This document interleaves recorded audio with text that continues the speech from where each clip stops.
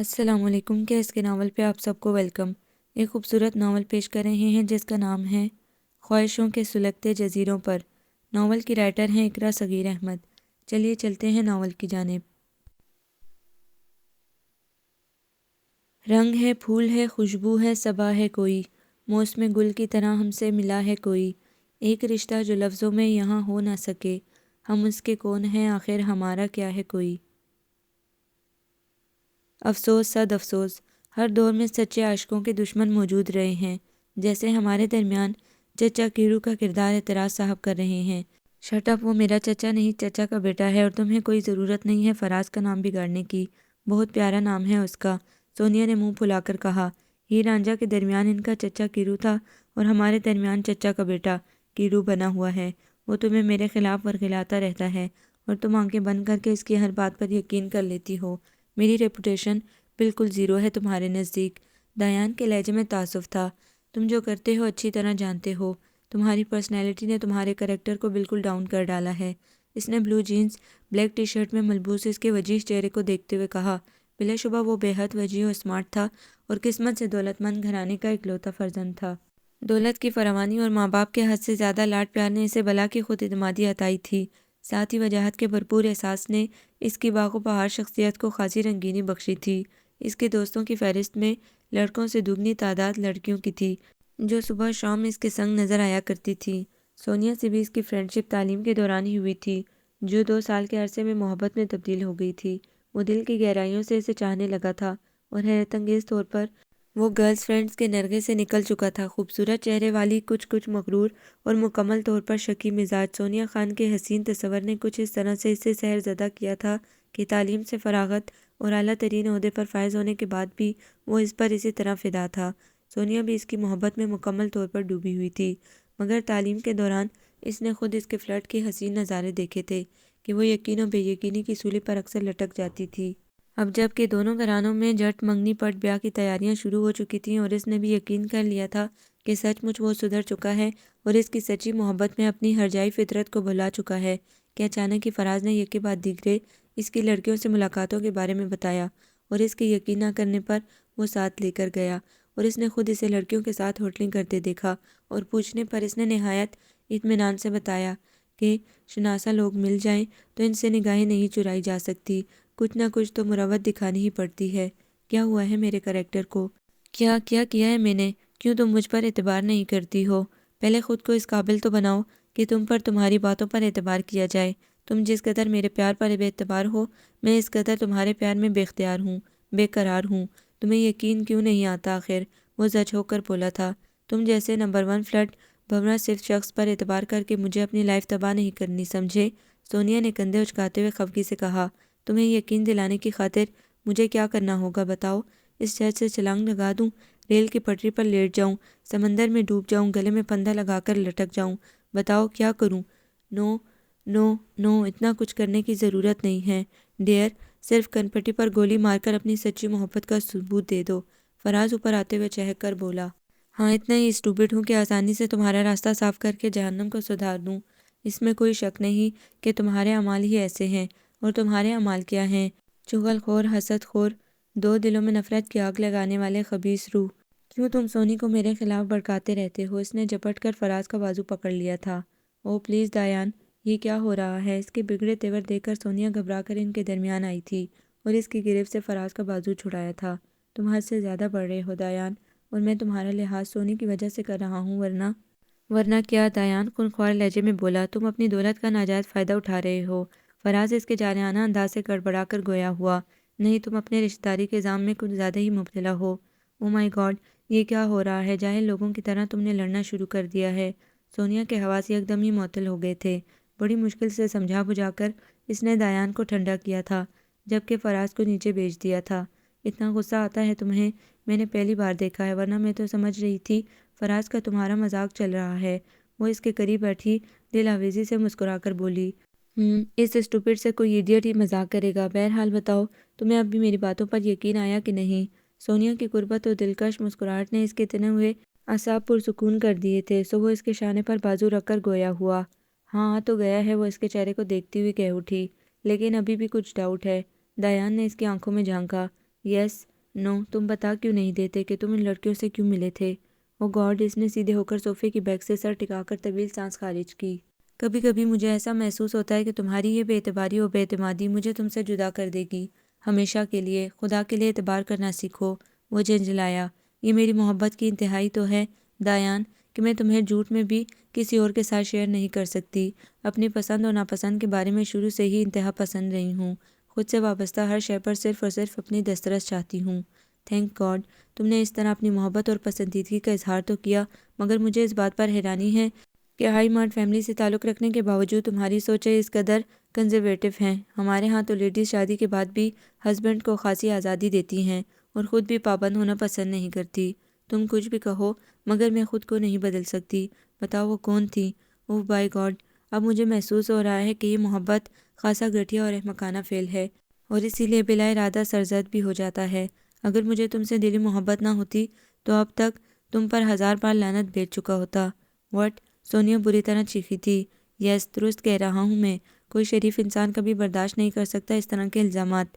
کل رات کو جن خواتین کو تم نے میرے ساتھ دیکھا تھا وہ اظہر کی وائف اور بھابھی تھیں۔ اچانک ہی ان سے میری ملاقات ہو گئی تھی۔ اس کا رواں رواں خوف و دہشت سے کانپ رہا تھا۔ دل میں شدید آرزو تھی کاش وہ کوئی ایسا سحر چاندتی کہ جس کے ذریعے اس وقت یہاں سے غائب ہو جاتی یا پرندہ بن کر فضاؤں میں اڑ جاتی۔ یا اللہ، ایسا کچھ نہیں ہو سکتا تو موت تو آ سکتی ہے۔ یہاں لمحہ لمحہ خوف سے مرنے سے بہتر ہے میرے رب مجھے موت دے دے، سکرات کسی کیفیت سے نجات دے دے۔ اس نے خشک لبوں اور بہتے آنسوؤں کے درمیان گڑ گڑا کر دعا مانگی تھی، مگر اس کی آزمائشیں ابھی کہاں پوری ہوئی تھیں جو دعا کے لیے قبولیت کے در وا ہو جاتے۔ جس کی دست بر سے محفوظ رہنے کے لیے وہ دعا مانگ رہی تھی وہ اس کی بو سونگھتا ہوا وہاں تک چلا آیا تھا۔ وہ بھلا کہاں پائی جا سکتی تھی باورچی خانے کے علاوہ؟ اوہ تو یہاں چھپی بیٹھی ہے میری سرکار، میں کب سے پکار رہا ہوں تمہیں۔ فاخرہ اور اماں بھی کہاں ہیں؟ وہ اس کے قریب چلا آیا تھا۔ وہ بازار گئی ہیں، ابھی آتی ہوں گی۔ اس کی گرم گرم نگاہیں پشت ہونے کے باوجود وہ محسوس کر رہی تھی۔ کانپتے ہاتھوں سے دوبارہ برتن درست کرنے لگی۔ آج تو خاصے اچھے وقت پر آیا ہوں میں، اور جانتا ہوں ان دونوں کی شاپنگ رات سے قبل پوری ہونے والی نہیں۔ آؤ جب تک ہم اپنی باتیں کریں۔ اس نے آگے بڑھ کر اس کا ہاتھ پکڑنا چاہا تھا مگر وہ بدک کر پیچھے ہٹی تھی۔ رضوان بھائی چائے پئیں گے آپ؟ رضوان تو تم پر قربان ہے مگر اللہ کے واسطے کچھ تو شرم کیجیے، میں آپ کو بڑے بھائی کی طرح سمجھتی ہوں۔ آپ میری بڑی بہن کے شوہر ہیں اس لیے اور زیادہ قابل احترام ہیں۔ بس مجھے فضول کی بکواس سننے کی عادت نہیں ہے، اور یہ میں تمہیں بھی سمجھا چکا ہوں کہ بھائی سگا وہی ہوتا ہے جو ماں کے پیٹ سے جنم لے، باقی سب بکواس ہے۔ اور اگر بات سمجھ کی ہے تو میں تمہیں اپنے دل کی رانی سمجھتا ہوں۔ کیوں فکر کرتی ہو فاخرہ کی؟ تم اسے بہن مانتی ہو، وہ تمہیں جانور سے بھی بدتر سمجھتی ہے، اور آپ مجھے ورگلائیں نہیں۔ وہ اور اماں بھی جیسی بھی ہیں مجھے عزیز ہیں۔ میں تمہیں بہکا نہیں رہا ہوں، حقیقت سمجھا رہا ہوں۔ بلا شبہ حقیقت کڑوی ہوتی ہے، ناقابل برداشت ہوتی ہے، مگر جھوٹ سے بہتر ہوتی ہے۔ تم فاخرہ کو بہن اور اماں بی کو سگی نانی سمجھتی ہو، یہ جاننے کے بعد بھی کہ وہ تمہاری سوتیلی نانی اور بہن ہیں، مگر وہ دونوں بہت کمظرف و بے رحم عورتیں ہیں۔ ہر وقت تمہیں سوتیلے پن کی چھری سے ذبح کرتی رہتی ہیں، اور تم اتنی سادہ اور معصوم ہو کہ ان کی بھلائی کا خیال رکھتی ہو۔ میری مانو اور عقل کا استعمال کرو، سوچو سمجھو۔ آخر کب تک تم فاخرہ کی اترن پہنتی رہو گی؟ کب تک ملازمہ بنی ان کی خدمت میں اپنا روپ رنگ جلاتی رہو گی؟ اس گھر میں تمہیں روٹی سے زیادہ گالیاں، چھڑکیاں اور کوسنے کھانے کو ملتے ہیں۔ میں کہتا ہوں میری بات مان لو، راضی ہو جاؤ مجھ سے شادی کرنے کو، عیش کرا دوں گا، بڑی کوٹھی لے کر دوں گا تمہیں، نوٹوں میں کھیلو گی، ملازموں پر حکم چلاؤ گی۔ آپ چلے جائیں یہاں سے رضوان بھائی، چلے جائیں۔ وہ بے بسی سے رو پڑی۔ کیوں چلا جاؤں؟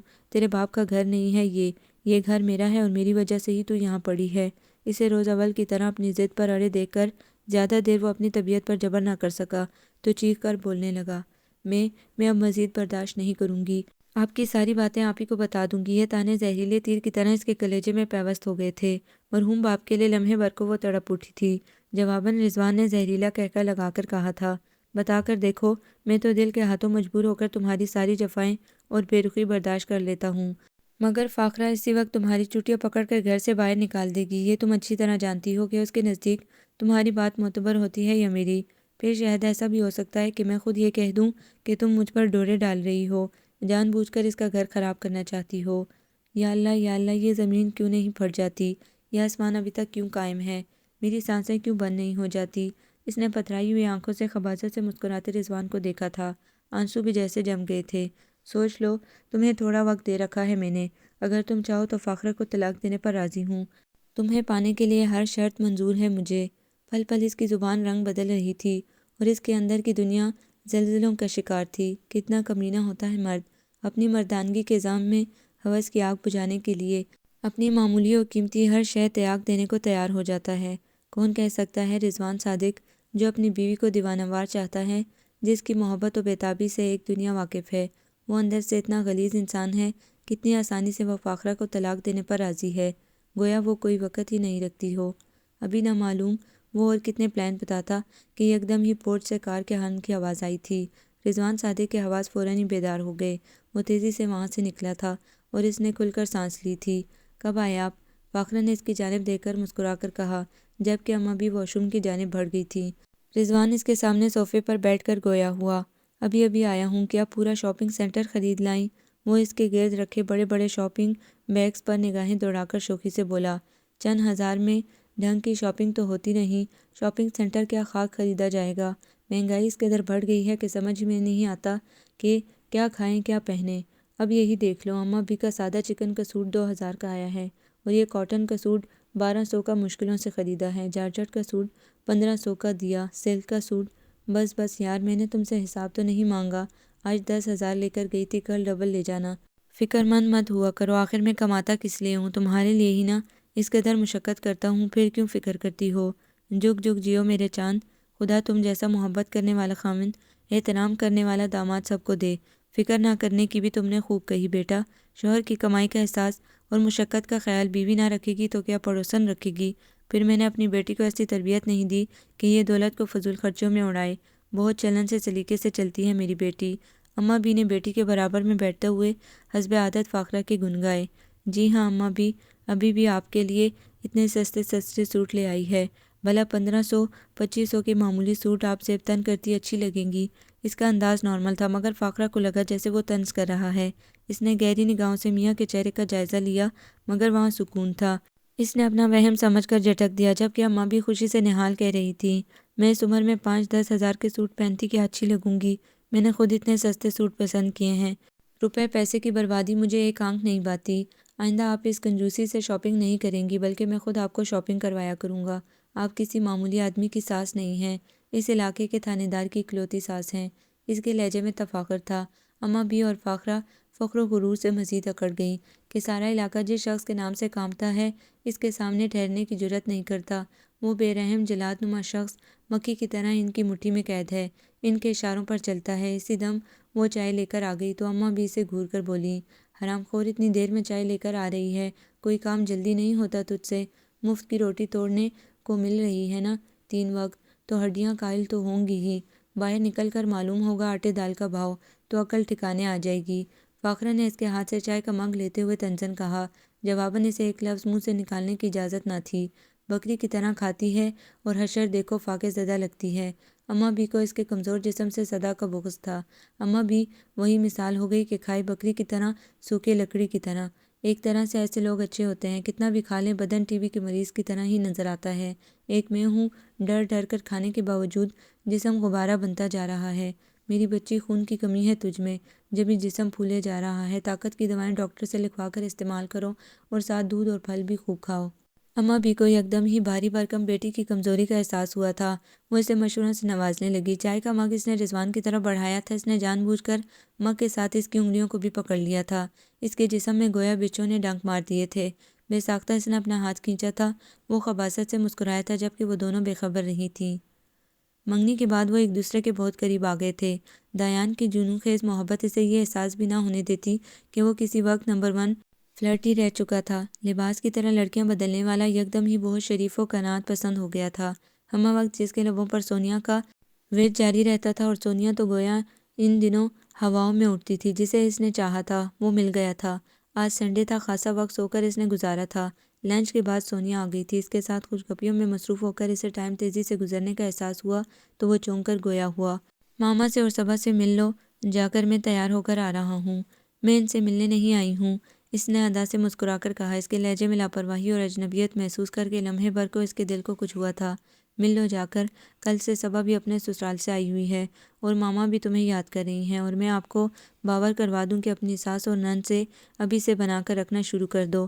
ہمارے ہاں سسرال میں کامیاب بہو وہی کہلاتی ہے جو ساس نندوں کا دل جیت لے۔ دایان نے اس کے بال چھوتے ہوئے شوخی سے کہا، میں یہ سب کیے بغیر ہی کامیاب ہوں مسٹر، نہ ہی مجھ سے کبھی ایسی فضولیات کی توقع رکھنا۔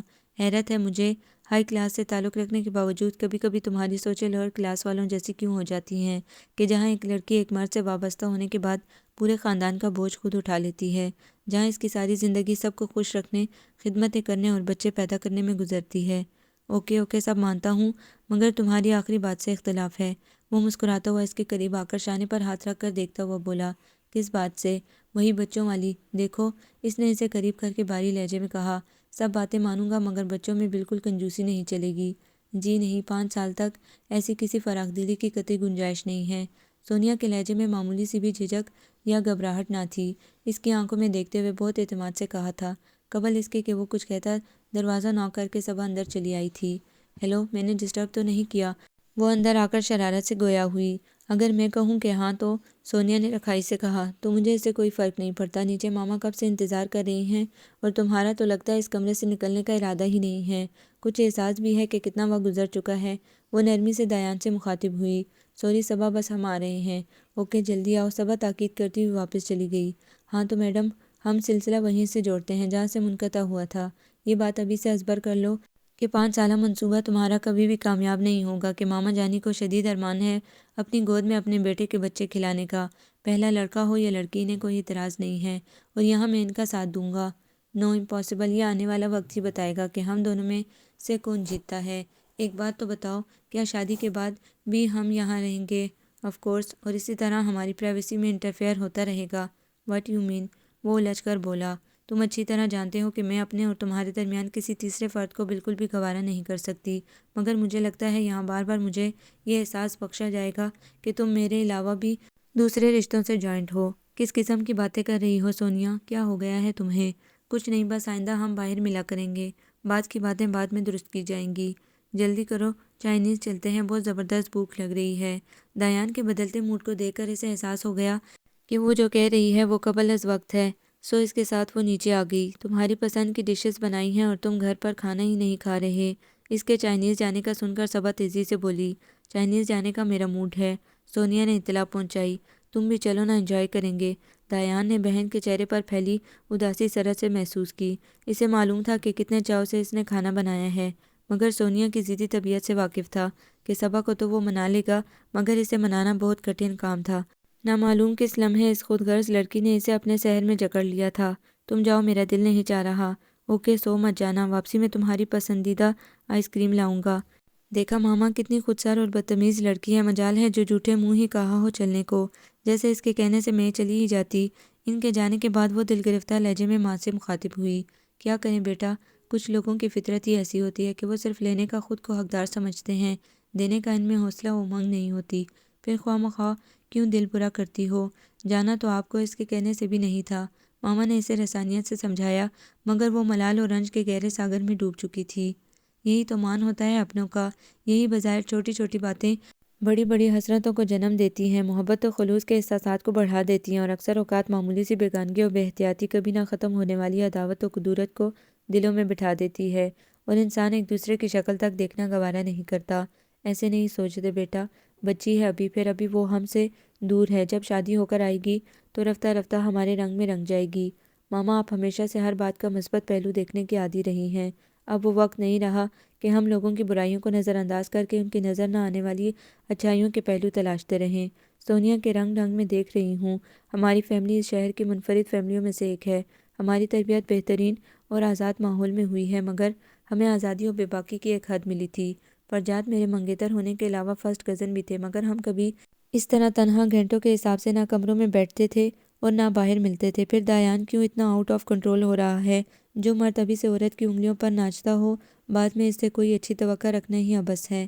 صبا کو ماں کا گھر میں تنہا بور ہونا اور دایان کا سونیا کے ساتھ روز وقت گزارنا ایک آنکھ نہ بایا تھا، اور آج سونیا کے بگڑے تیور دیکھ کر تو وہ ٹپ اٹھی تھی۔ جب ہم نے کسی کو دکھ نہیں دیا تو ہمیں دکھ کیسے مل سکتا ہے؟ کچھ وقت صبر کرنے کا ہے، کریں گے، اور پھر مجھے اپنے خون پر مکمل بھروسہ ہے۔ دایان شوخ مزاج اور بے باک فطرت ضرور ہے، مگر ایسا ہرگز نہیں ہے کہ میرے منہ پر سیاہی مل دے۔ سونیا کا مزاج میں سمجھتی ہوں۔ جب وہ 5 منٹ میرے پاس بیٹھنا پسند نہیں کرتی تو دکھ میں بھی محسوس کرتی ہوں، مگر وہ میرے بیٹے کی پسند ہے، بس اس کی محبت میں کوئی بات مجھے بدظن ہونے نہیں دیتی۔ شادی کے 13 سال بعد فاخرہ کی بنجر کوکھ پربہار ہو گئی تھی۔ مسرت اور شادمانی سے ان کے پاؤں زمین پر نہیں ٹک رہے تھے۔ فاخرہ تو ویسے بھی شہزادیوں کی طرح گھر پر راج کر رہی تھی، لیکن شاید اس حکمرانی میں کہیں اپنی بے اولادی کا خوف بھی پنہاں تھا کہ اس سبب کہیں رضوان دوسری شادی کی طرف راغب نہ ہو جائے، اس لیے وہ اس کی سخت حفاظت کرتی تھی۔ باہر ہمیشہ وہ اس کے ساتھ ہوتی، ہر قسم کی بیرونی تقریبات میں اس کے ساتھ جاتی تھی۔ اب گویا وہ اس خوف سے آزاد ہو گئی تھی۔ خوب نخرے اٹھوا رہی تھی۔ رضوان کے التفات بھی حد سے سوا ہو گئے تھے۔ اماں بھی اور وہ از حد خوش اور مطمئن تھی۔ عورت کتنی بھی چالاک و سمجھدار ہو، بد فطرت و بد کردار مرد کی چالاکی و مکاری سے نہیں جیت سکتی۔ مرد ہمیشہ عورت کی کمزوری سے فیض حاصل کرتا ہے۔ رضوان کو معلوم تھا فاخرہ کی کمزوری دولت، سونا اور اپنی خوبصورتی کو سراہے جانا ہے، حالانکہ خوبصورتی میں اس کی اب کوئی چارم نہیں رہا تھا، سو اپنے حاصل کردہ بتوں کا نصف حصہ وہ اس کے ہاتھوں میں رکھ دیا کرتا تھا، اور گاہے بگاہے گولڈ کا کوئی نیا آئٹم اس کی نظر کرتا رہتا اور اسے مطمئن کرنے کے لیے اس کے حسن کی تعریفیں بھی کر دیا کرتا۔ اس طرح فاخرہ اس کی مٹھی میں تھی، وہ اسے ابھی تک گرفتار محبت ہی سمجھتی تھی۔ اماں بھی کی کمزوری تھی خود کو مختار سمجھنا، اپنی عزت کروانا، اور جو وہ سیاہ و سفید کریں اس پر واہ واہ کرنا، سو وہ بہت سعادت سے ان کی ہاں میں ہاں ملاتا، چاہے اسی وقت دل میں ہزار گالیوں سے نواز رہا ہو۔ اب اس کی سب سے بڑی کمزوری بن چکی تھی گیتے آرا، جو اس کی بیوی کی سوتیلی بہن تھی۔ والد کے انتقال کے بعد 1 سال قبل ہی وہ مجبوراً اس کے ہاں آئی تھی کہ فاخرہ کے کہنے پر اس نے اپنے سسر کا وسیع و عریض مکان مہنگے داموں فروخت کر ڈالا تھا، اور گیتی آرا کو مجبوراً اماں بھی کے ہمراہ یہاں آنا پڑا تھا۔ شروع کے کئی ماہ تو وہ اس کے دیدار سے محروم رہا تھا، کیونکہ وہ اس کے آنے سے پہلے ہی اپنے کاموں سے فارغ ہو کر کمرے میں چلی جاتی تھی۔ پھر آہستہ آہستہ اماں بھی اور فاخرہ کو گھر میں ملازماؤں کی خدمتیں بے جا فضول خرچی محسوس ہونے لگی، اور یکدم ہی وہ ہمہ وقت کام کرتی ہوئی ادھر ادھر نظر آنے لگی، جہاں کام کے ساتھ ان ماں اور بہن کی جھڑکیوں اور گالیوں میں بھی بتدریج اضافہ ہوتا چلا گیا۔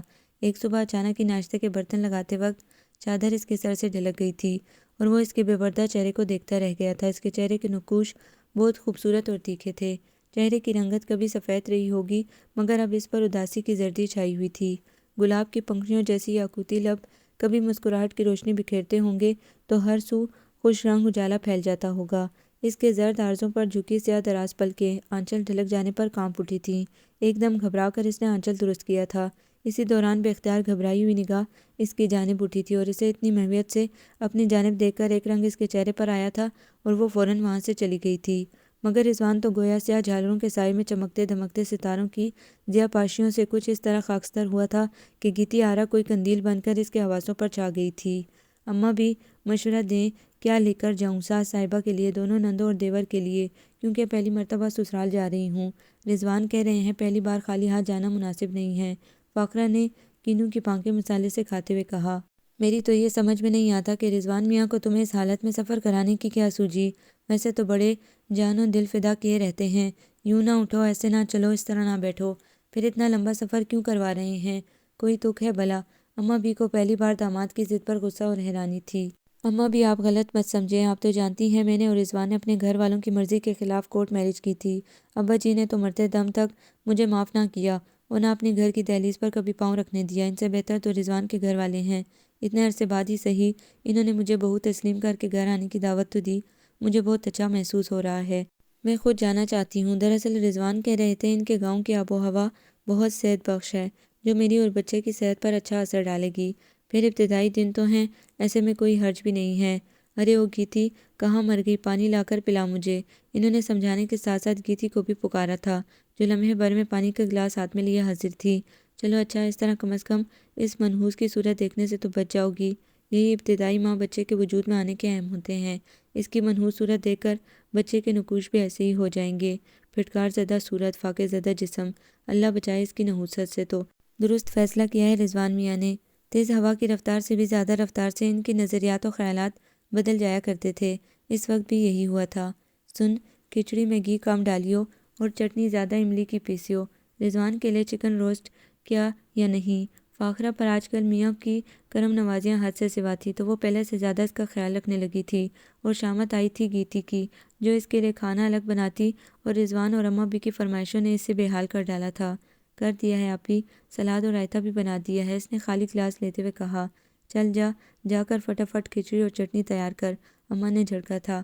اماں بھی سوغات لے جانے والی بات تو مکمل نہیں ہوئی، مارکیٹ میں سیل لگی ہوئی ہے، 150 میں سوٹ مل رہا ہے لون کا، وہیں سے ساس اور نندوں کے لیے ایک ایک سوٹ پیس لوں اور دیور کے لیے کوئی خوشبو کی بوتل دیکھ لینا سستی سی، وہی ٹھیلوں پر 10-10 روپے میں دنیا جہاں کا میک اپ کا سامان مل جاتا ہے، اسی میں سے ساس کے لیے پاؤڈر اور کریموں کے ڈبے لے لینا اور نندوں کے لیے سرخی شیمپو خرید لینا، 100-200 میں ڈھیروں سامان مل جائے گا، سسرال میں واہ واہ بھی ہو جائے گی اور تم سستے میں چھوٹ جاؤ گی۔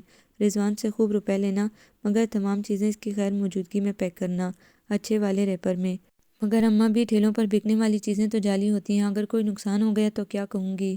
فاخرہ کو اماں کی خبیث فطرت کے شیطانی مشورے بہت پسند آئے تھے، مگر ایک خوف بھی تھا، کہہ دینا تمام چیزیں باہر ملکوں کی ہیں، اس لیے گاؤں کی فضا انہیں راس نہ آئی۔ گاؤں کے معصوم و بھولے لوگ کہاں مقابلہ کر سکتے ہیں چالاکی و کفایت شعاری کا؟ دیکھ لینا آئندہ کے لیے کبھی کوئی فرمائش نہ کرے گا۔ ان کی شیطانی ہنسی میں فاخرہ کا صحت مند قہقہ بھی شامل ہو چکا تھا۔ کچن کی کھڑکی کے ذریعے آتی ان کی آوازیں سن کر وہ دہل گئی تھی، ان کی گھٹیا کمینی فطرت پر لعنت بھیجتی وہ ان کے ساس اور نندوں کے لیے دعا کرنے لگی کہ اللہ کرے وہ کبھی بھی آپی کی دی ہوئی چیزیں استعمال نہ کریں۔ تمہاری بہن کب جائے گی؟ سونیا نے اورنج جوس کا گلاس لبوں سے لگاتے ہوئے استفسار کیا تھا اور دیان نے جھنجھلا کر الٹا سوال کیا، یہاں صبا کا کیا ذکر؟ میں پوچھ رہا ہوں کہ ہنی مون منانے کہاں چلو گی؟ مائی فٹ ہنی مون؟ میرے اور تمہارے درمیان ابھی سے تمہاری وہ چالاک بہن آنے لگی ہے اور تھوڑی گنجائش جو بچ نکلتی ہے وہاں تمہاری ماما فٹ ہو جاتی ہیں۔ میں کہاں ہوں؟ میری جگہ تو کہیں نہیں ہے، تمہارا وجود 2 ٹکڑوں میں تقسیم ہو چکا ہے، مجھے ٹکڑوں میں بٹا ہوا شخص نہیں چاہیے۔ بچپن سے آج تک میں نے اپنی کوئی معمولی سی ٹافی کسی سے شیئر نہیں کی، تو اب لائف پارٹنر کس طرح کسی سے شیئر کر سکتی ہوں؟ میری سمجھ میں نہیں آتا صبا سے کیوں تم خار کھانے لگی ہو؟ وہ تو بہت پسند کرتی ہے تمہیں، ہماری شادی کی تیاریوں کے سلسلے میں ہی وہ اپنے سسرال سے آئی ہے اور ماما بھی تم سے بہت محبت کرتی ہیں، اور سچ پوچھو تو وہ گلاس ٹیبل پر رکھ کر تھوڑا اس کی جانب جھک کر بولا، مجھ سے زیادہ وہ لمحے گن گن کر گزار رہی ہیں اس روشن ساتھ کے جب تم دلہن بن کر ان کے آنگن میں اترو گی اور ہر سو اپنے روپ کی روشنی بکھیر دو گی، ان کی خوشیوں کا احساس تمہیں بہت جلد ہو جائے گا۔ میں ان بہلاؤں میں آنے والی نہیں ہوں دیان، جب میں تمہارے ساتھ ہوتی ہوں، تمہارے نزدیک ہوتی ہوں، اس وقت صبا کی آنکھوں میں ناپسندیدگی کی تحریریں بآسانی پڑی جاتی ہیں، اسے تمہارا اور میرا ملنا پسند نہیں ہے۔ اس نے ٹیشو پیپر سے ہاتھ صاف کرتے ہوئے غصے سے کہا، اوہ شیٹ، کیا ہو گیا ہے یار؟ کس وہم میں مبتلا ہو گئی ہو؟ ایسا کچھ نہیں ہے، صبا بہت نائس ہے، دیکھنا وہ مثالی نند ثابت ہوگی۔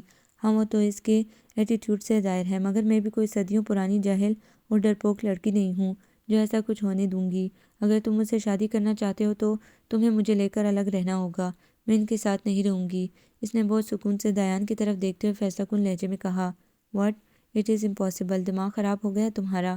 اس کی اس فرمائش نے حقیقت میں اسے پریشان کر ڈالا تھا۔ میں نے کوئی ایسی ناممکن بات نہیں کہی، ہمارا معاشرے کا تو یہ دستور بن گیا ہے اور سوسائٹی میں یہ بات بہت عام ہے۔ معاشرے کی اور سوسائٹی کی نہیں، صرف اپنی بات کرو۔ میں کبھی بھی ماما سے الگ ہونے کا نہیں سوچ سکتا، اور پھر پاپا کی ڈیتھ کے بعد ان کا ہے کوئی سہارا میرے علاوہ؟ صبا تو پرائی ہو چکی ہے، پلیز پلیز ایسی گھٹیا بات کبھی آئندہ نہ سوچنا جو تمہارا مقام میرے دل سے گرا دے۔ اس کے سنجیدہ لہجے میں سختی کے ساتھ خفگی بھی تھی۔ سونیا دنگ رہ گئی، تم تو کہتے تھے میری محبت کے آگے ہر محبت کمزور اور بے معنی ہے، میری خاطر تم سب سے ناتا توڑ سکتے ہو، میرے علاوہ کسی کی کوئی وقت نہیں، ویلیو نہیں۔ ہاں کہا تھا، مگر ان رشتوں سے جن سے تم الرجک تھی، جو تمہیں شکوک اور وہم میں مبتلا کرتے تھے، جن کے باعث ہمارے درمیان کدورتیں اور جدائیاں آ رہی تھیں، تمہاری محبت کے مقابل سچ مچ وہ کمزور اور بے معنی تھے۔ تمہاری خاطر انہیں میں نے چھوڑ دیا، لیکن ماما اور صبا کو میں نہیں چھوڑ سکتا، ان سے میرا خون کا رشتہ ہے، اپنائیت اور زندگی کی حرارت کا رشتہ ہے۔ وہ ایک دم ہی جذباتی ہو گیا تھا۔ سونیا کچھ لمحے بغور اس کی طرف دیکھتی رہی، بالکل خاموشی سے۔ سونی پلیز سمجھنے کی کوشش کرو، میری کمزوری یہ ہے کہ میں نہ تمہیں چھوڑ سکتا ہوں اور نہ صبا اور ماما کو، میری زندگی تم لوگوں کے بنا بالکل فضول ہے، مجھے کچھ موقع دو، اگر صبا کا رویہ بہتر نہیں ہے تو دیکھنا تمہیں آئندہ شکایت نہ ہوگی، میں سمجھا دوں گا اسے، وہ بہت اچھی ہے۔ اس نے اس کا ہاتھ اپنے ہاتھ میں لیتے ہوئے ملائمت و محبت سے کہا۔ سونیا نہ چاہتے ہوئے بھی مسکرا دی۔ شادی کی تیاریاں زور و شور سے جاری تھیں۔ ماما اپنی بیماریاں بلائے بڑے لگن اور چاو سے اکلوتے بیٹے کے لیے دل کے ارمان پورے کر رہی تھی۔ صبا پر گھر اور شاپنگ کی ڈھیروں ذمہ داریاں تھیں، مگر وہ بے حد خوشی سے سب کام نپٹا رہی تھی۔ دایان نے کئی بار سوچا وہ محتاط طریقے سے صبا سے سونیا کی شکایت کے حوالے سے بات کرے، مگر ہر بار بہن کی صورت پر سچی مسرتوں کے رنگ دیکھ کر محسوس کرتا کہ یقیناً سونیا کو غلط فہمی ہوئی ہے۔ صبا جیسی بے ضرر اور پرخلوص لڑکی کسی کے خلاف کیسے ہو سکتی ہے؟ اور اس وقت تو اس کا دل بہن کی طرف سے بالکل ہی صاف ہو گیا جب اس نے کہا کہ وہ سونیا کی پسند سے عروسی اور ولیمے کے سوٹ خریدے اور زیورات بھی اسی کے پسند کے لے کر آئے۔ ساتھ جانے پر اس نے یہ کہہ کر معذرت کر لی تھی کہ اس کی موجودگی میں وہ بے جھجک اپنی پسند ظاہر نہ کر سکے گی، اس لیے وہ سونیا کو اپنے ساتھ لے جائے۔ یہی بات راستے میں جب اس نے سونیا کو سمجھائی تو وہ بولی تو کچھ نہیں، مگر ایک گہری استہزائیہ مسکراہٹ اس کے لبوں پر سج گئی تھی۔ پہلی بار اس کی مسکراہٹ دایان کو سخت بری لگی۔ شاید اس دن اس کے ستارے گردش میں تھے۔ شاپنگ سینٹر کے قریب ہی اسے وہ فرینڈز مل گئی تھیں جن سے کسی دور میں اس کی فرینڈشپ از حد کلوز تھی، اور ایک عرصہ گزر جانے کے بعد بھی وہ بہت گرم جوشی سے ملی تھیں۔ حالانکہ وہ بہت محتاط بلکہ بے مروتی سے ملا تھا، مگر وہ تو اس کی عنایتوں کی عادی رہی تھی، سو انہوں نے اس کے کسی ایکسکیوز کو نہ مانا اور نہ سونیا کے بگڑے موڈ اور چہرے کے زاویوں کی پرواہ کی۔ زبردست ٹریٹ لے کر ہی ٹلی تھی۔ نہیں سدھر سکتے تم، کبھی نہیں سدھر سکتے دایان، ہر جگہ ہر موڑ پر تمہاری گرل فرینڈز بکھری پڑی ہیں، کہاں تک بچ سکتے ہو تم ان سے؟ کہاں تک بچا پاؤں گی میں تمہیں؟ وہ کار میں بیٹھتے ہوئے سخت جلے بنے لہجے میں بولی۔ میرا تو کوئی قصور نہیں ہے نا، میں تو ان سے جان چھڑا چکا ہوں۔ وہ مسکرایا۔ نہیں، قصور میرا ہے کہ اتنی دیر سے ملی، پہلے ہی مل جاتی تو کون اسٹوپڈ ان سے دوستی کرتا؟ اس کے کار سٹارٹ کرتے ہوئے اس کی بات قطع کر کے شرارت سے کہا۔ پھر تم نے مجھ پر شک کرنا شروع کر دیا۔ اسے خاموش دیکھ کر دایان کو کہنا پڑا۔ کتنی دفعہ کہہ چکا ہوں تمہیں، یہ سب تم سے پہلے تھی، تمہارے بعد کوئی نہیں ہے، اب تو اس دل پر صرف اور صرف تمہاری حکمرانی ہے، تمہارا کنٹرول ہے۔ مجھے گھر جانا ہے، گھر چلو۔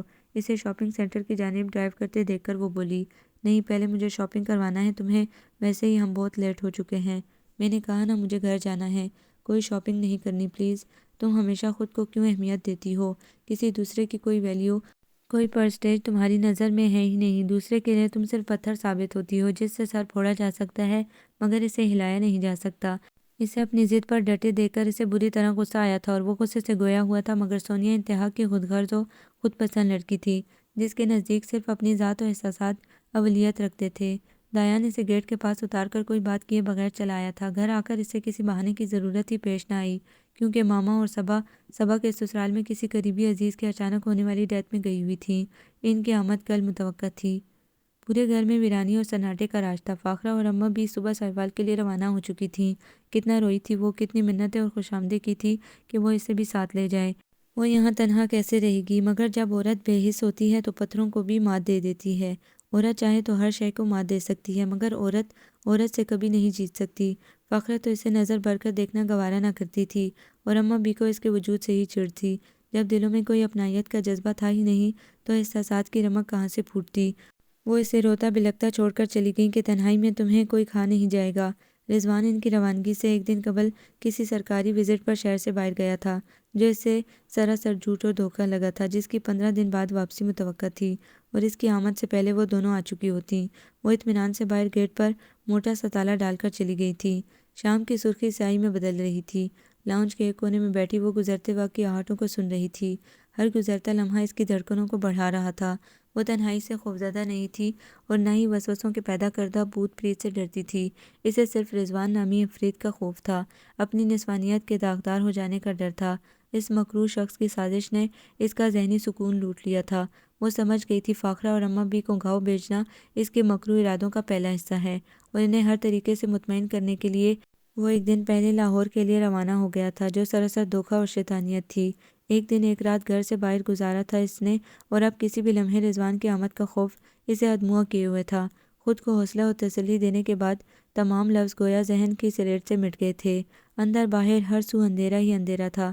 اسے نہیں معلوم کتنا وقت گزرا، اس کی آنکھیں کھلی تھیں یا بند، صرف ایک اندھیرے کا احساس تھا جو اس کے رگوں پہ میں اترتا چلا گیا۔ شاید وہ اندھیرے کی قبر میں دفن ہو چکی ہوتی کہ اس کی سماعتوں میں بیرونی گیٹ کھولنے بند کرنے کی واضح آواز آئی، پھر باریک قدموں کی آوازیں بتدریج آنے لگیں۔ وہ جو خوف کی آخری حدود سے گزرنے لگی تھی یکدم ہی کانپ اٹھی۔ آخرکار اس کے بدترین اندیشوں نے حقیقت کا روپ دھار ہی لیا تھا۔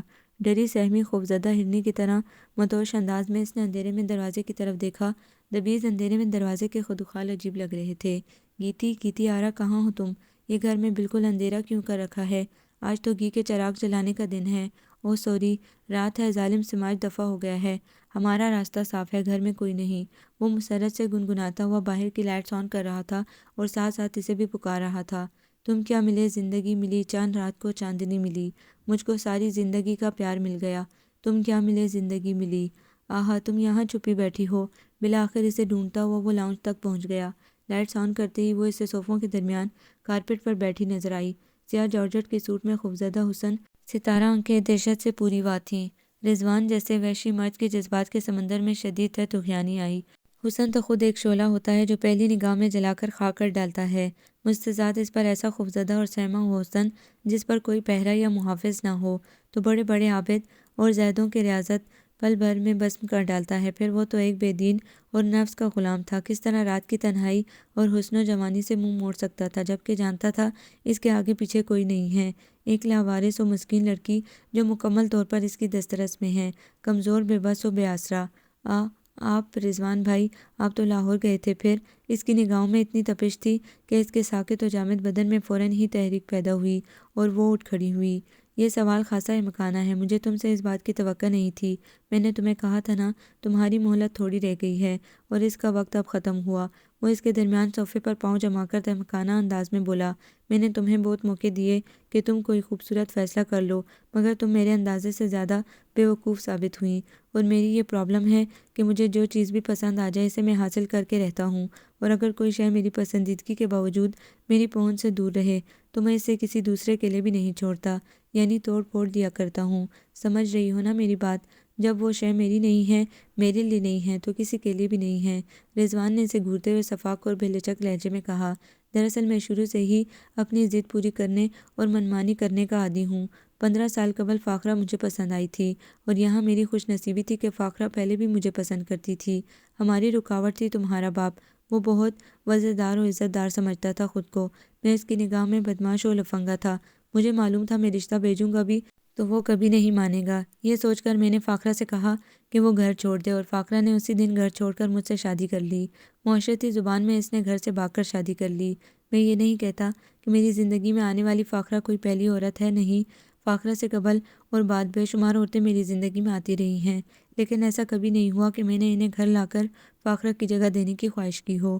مگر تم، ہاں، تمہیں دیکھ کر مجھے احساس ہوا کہ فاخرہ سے تو مجھے محبت نہیں تھی، شاید اس کا ساتھ وقت کا تقاضا تھا، یا پھر اس نے مجھے اپنے دام محبت میں پھنسایا تھا۔ وہ بول رہا تھا اور گیتی کے اندر نفرت و کراہیت کا طوفان زور پکڑنے لگا تھا۔ گھن آنے لگی تھی اس شخص سے جو بیوی کے آگے کتے کی طرح دم ہلا ہلا کر، پاؤں چاٹ چاٹ کر اپنی وفاداری و محبت کا ثبوت دیتا تھا۔ شاید ایسے بے ضمیر و کریہ الفطرت مردوں سے کتے بھی بہتر ہیں، جن کی وفا اور محبت میں دھوکہ نہیں ہوتا۔ معتبر اور قابل احترام تو کبھی بھی وہ شخص نہیں رہا تھا، مگر اس ساتھ وہ شیطانیت کے اونچے درجے پر فائز ہو گیا تھا۔ جب تمہیں دیکھا تو تمہیں دیکھ کر خیال آیا، عورت کیا ہوتی ہے؟ وہ دم سے صوفے پر بیٹھ گیا اور اسے بھی بیٹھنے کا اشارہ کیا، مگر وہ بیٹھی نہیں۔ حیا، وفا، شرافت، سگڑ پن، فرما برداری، سعادت مندی اور شرم ہی اصل عورت کا زیور ہے۔ نگاہ جھکا کر بات کرنے والی تو مکمل حیادار عورت ہوتی ہے۔ اور مرد رضوان بھائی، مکمل مرد کیا ایسے ہوتے ہیں جیسے آپ ہیں؟ ہاں، جس کا بینک بیلنس بھاری ہو، جو بیوی کی ہر خواہش پوری کرنے کا اہل ہو، وہی مرد ہوتا ہے۔ وہ کچھ گڑبڑا کر بولا، کل آپ فاخرہ آپی پر مر مٹے تھے، آج مجھ پر فدا ہیں، اور یقیناً کل آپ کو کوئی اور مکمل عورت نظر آ جائے گی تو پھر؟ نہیں نہیں، میں قسم کھا کر کہتا ہوں، میری زندگی کو تمہاری ہی ضرورت تھی۔ اب نہ تم سے پہلے اور نہ تم سے بعد، ہر وسوسہ، ہر وہم دل سے نکال دو۔ رضوان بھائی، خاموش، پاگل ہو گئی ہو کیا؟ یہ بھائی بھائی کیا لگا رکھی ہے؟ 1000 دفعہ سمجھا چکا ہوں، میں تمہارا کوئی بھائی بھائی نہیں ہوں۔ وہ یکدم ہی بری طرح چیخا تھا۔ وہ سہم کر 2 قدم پیچھے ہٹی تھی۔ تیار ہو جاؤ فٹافٹ، ہم ابھی باہر جا رہے ہیں، اور سنو، میں کوئی ناز نخرے برداشت نہیں کروں گا اور نہ ہی انکار سنوں گا۔ چلو جلدی کرو، وقت برباد نہیں کرو۔ وہ اتنے نارمل انداز میں اٹھتے ہوئے بولا تھا جیسے اس کے نزدیک یہ بہت عام بات تھی، جبکہ وہ سن ہو گئی تھی۔ کیا تم نے سنا نہیں، یا دوسرے طریقے سے سمجھاؤں؟ اسے اسی طرح کھڑے دیکھ کر وہ اس کے قریب آ گیا۔ میں نے پہلے بھی کہا تھا نہیں اور اب بھی کہتی ہوں نہیں۔ وہ اپنے حوصلے مجتمع کر کے بولی، زندگی نے جو کچھ اسے دیا تھا وہ صبر و استقامت کے ساتھ وہ سب برداشت کرتی چلی آئی تھی، اپنی تقدیر سمجھ کر، رب کی رضا جان کر۔ مگر اب جو کچھ اس کے ساتھ ہونے والا تھا وہ اسے کسی طور منظور نہ تھا۔ کیا ضروری ہے کہ اللہ آزمائے ہوئے کو ہی آزماتا رہے؟ وہ کہتا ہے میں بندوں کا امتحان ان کی برداشت کی حد تک ہی لیتا ہوں۔ تو اے میرے رب، آج میری حد تمام ہوئی۔ میں نے زندگی میں کبھی جیون ساتھی شریک سفر کی تمنا نہیں کی، اگر کرتی بھی تو رضوان جیسے بد کردار عیاش مرد کی ہرگز نہیں۔ میں غربت برداشت کر سکتی ہوں، بھوک، مفلسی اور فاقے مجھے قبول ہیں، مگر یہ سب کچھ نہیں، ہرگز نہیں۔ وہ اپنے رب سے مخاطب تھی اور اس کے کورے جواب نے رضوان کو پاگل کر ڈالا تھا۔ پھر مجھ سے تجھے کوئی بھی بچا نہیں پائے گا۔ عادت کے خلاف میں نے تجھے بہت رعایت دے دی۔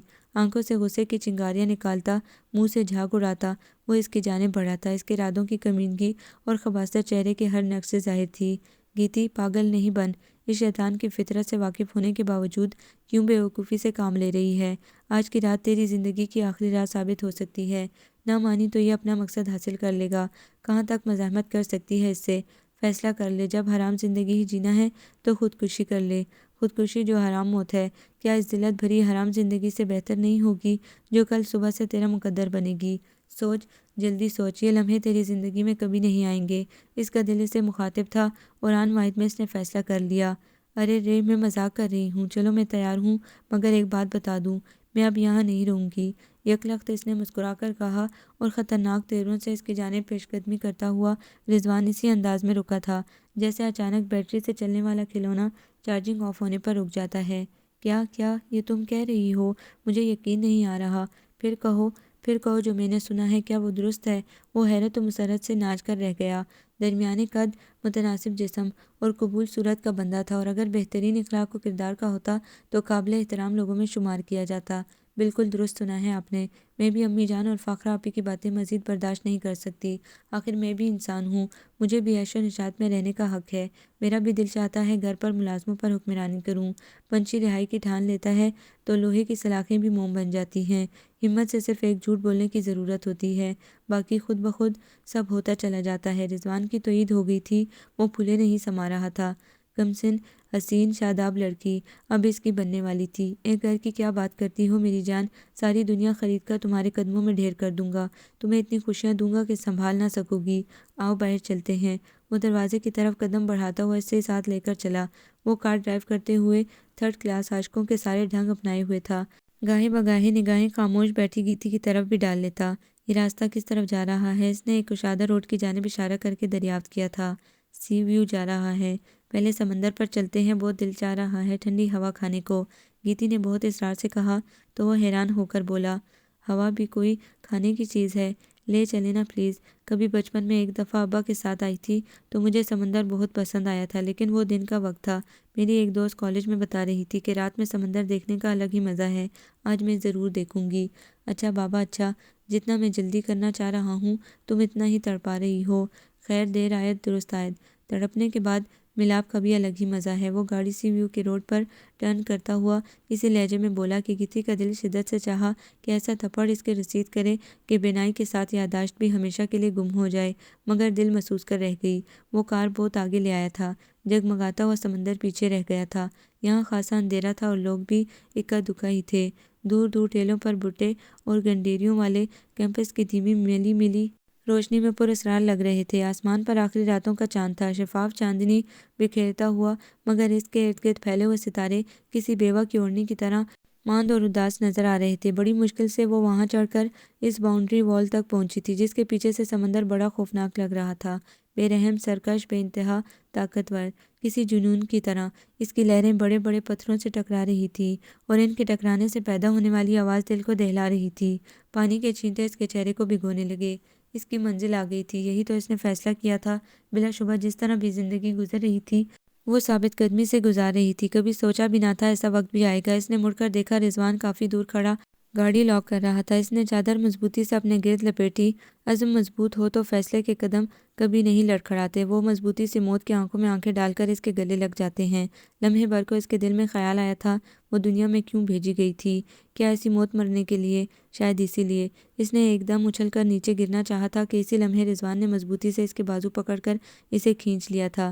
مجھے معلوم تھا تم ایسا ہی کچھ کرو گی، اس لیے میں تم سے بے خبر ہرگز نہیں تھا۔ کیا سمجھ رہی تھی؟ مر کر جان چھڑا لو گی رضوان زمان سے؟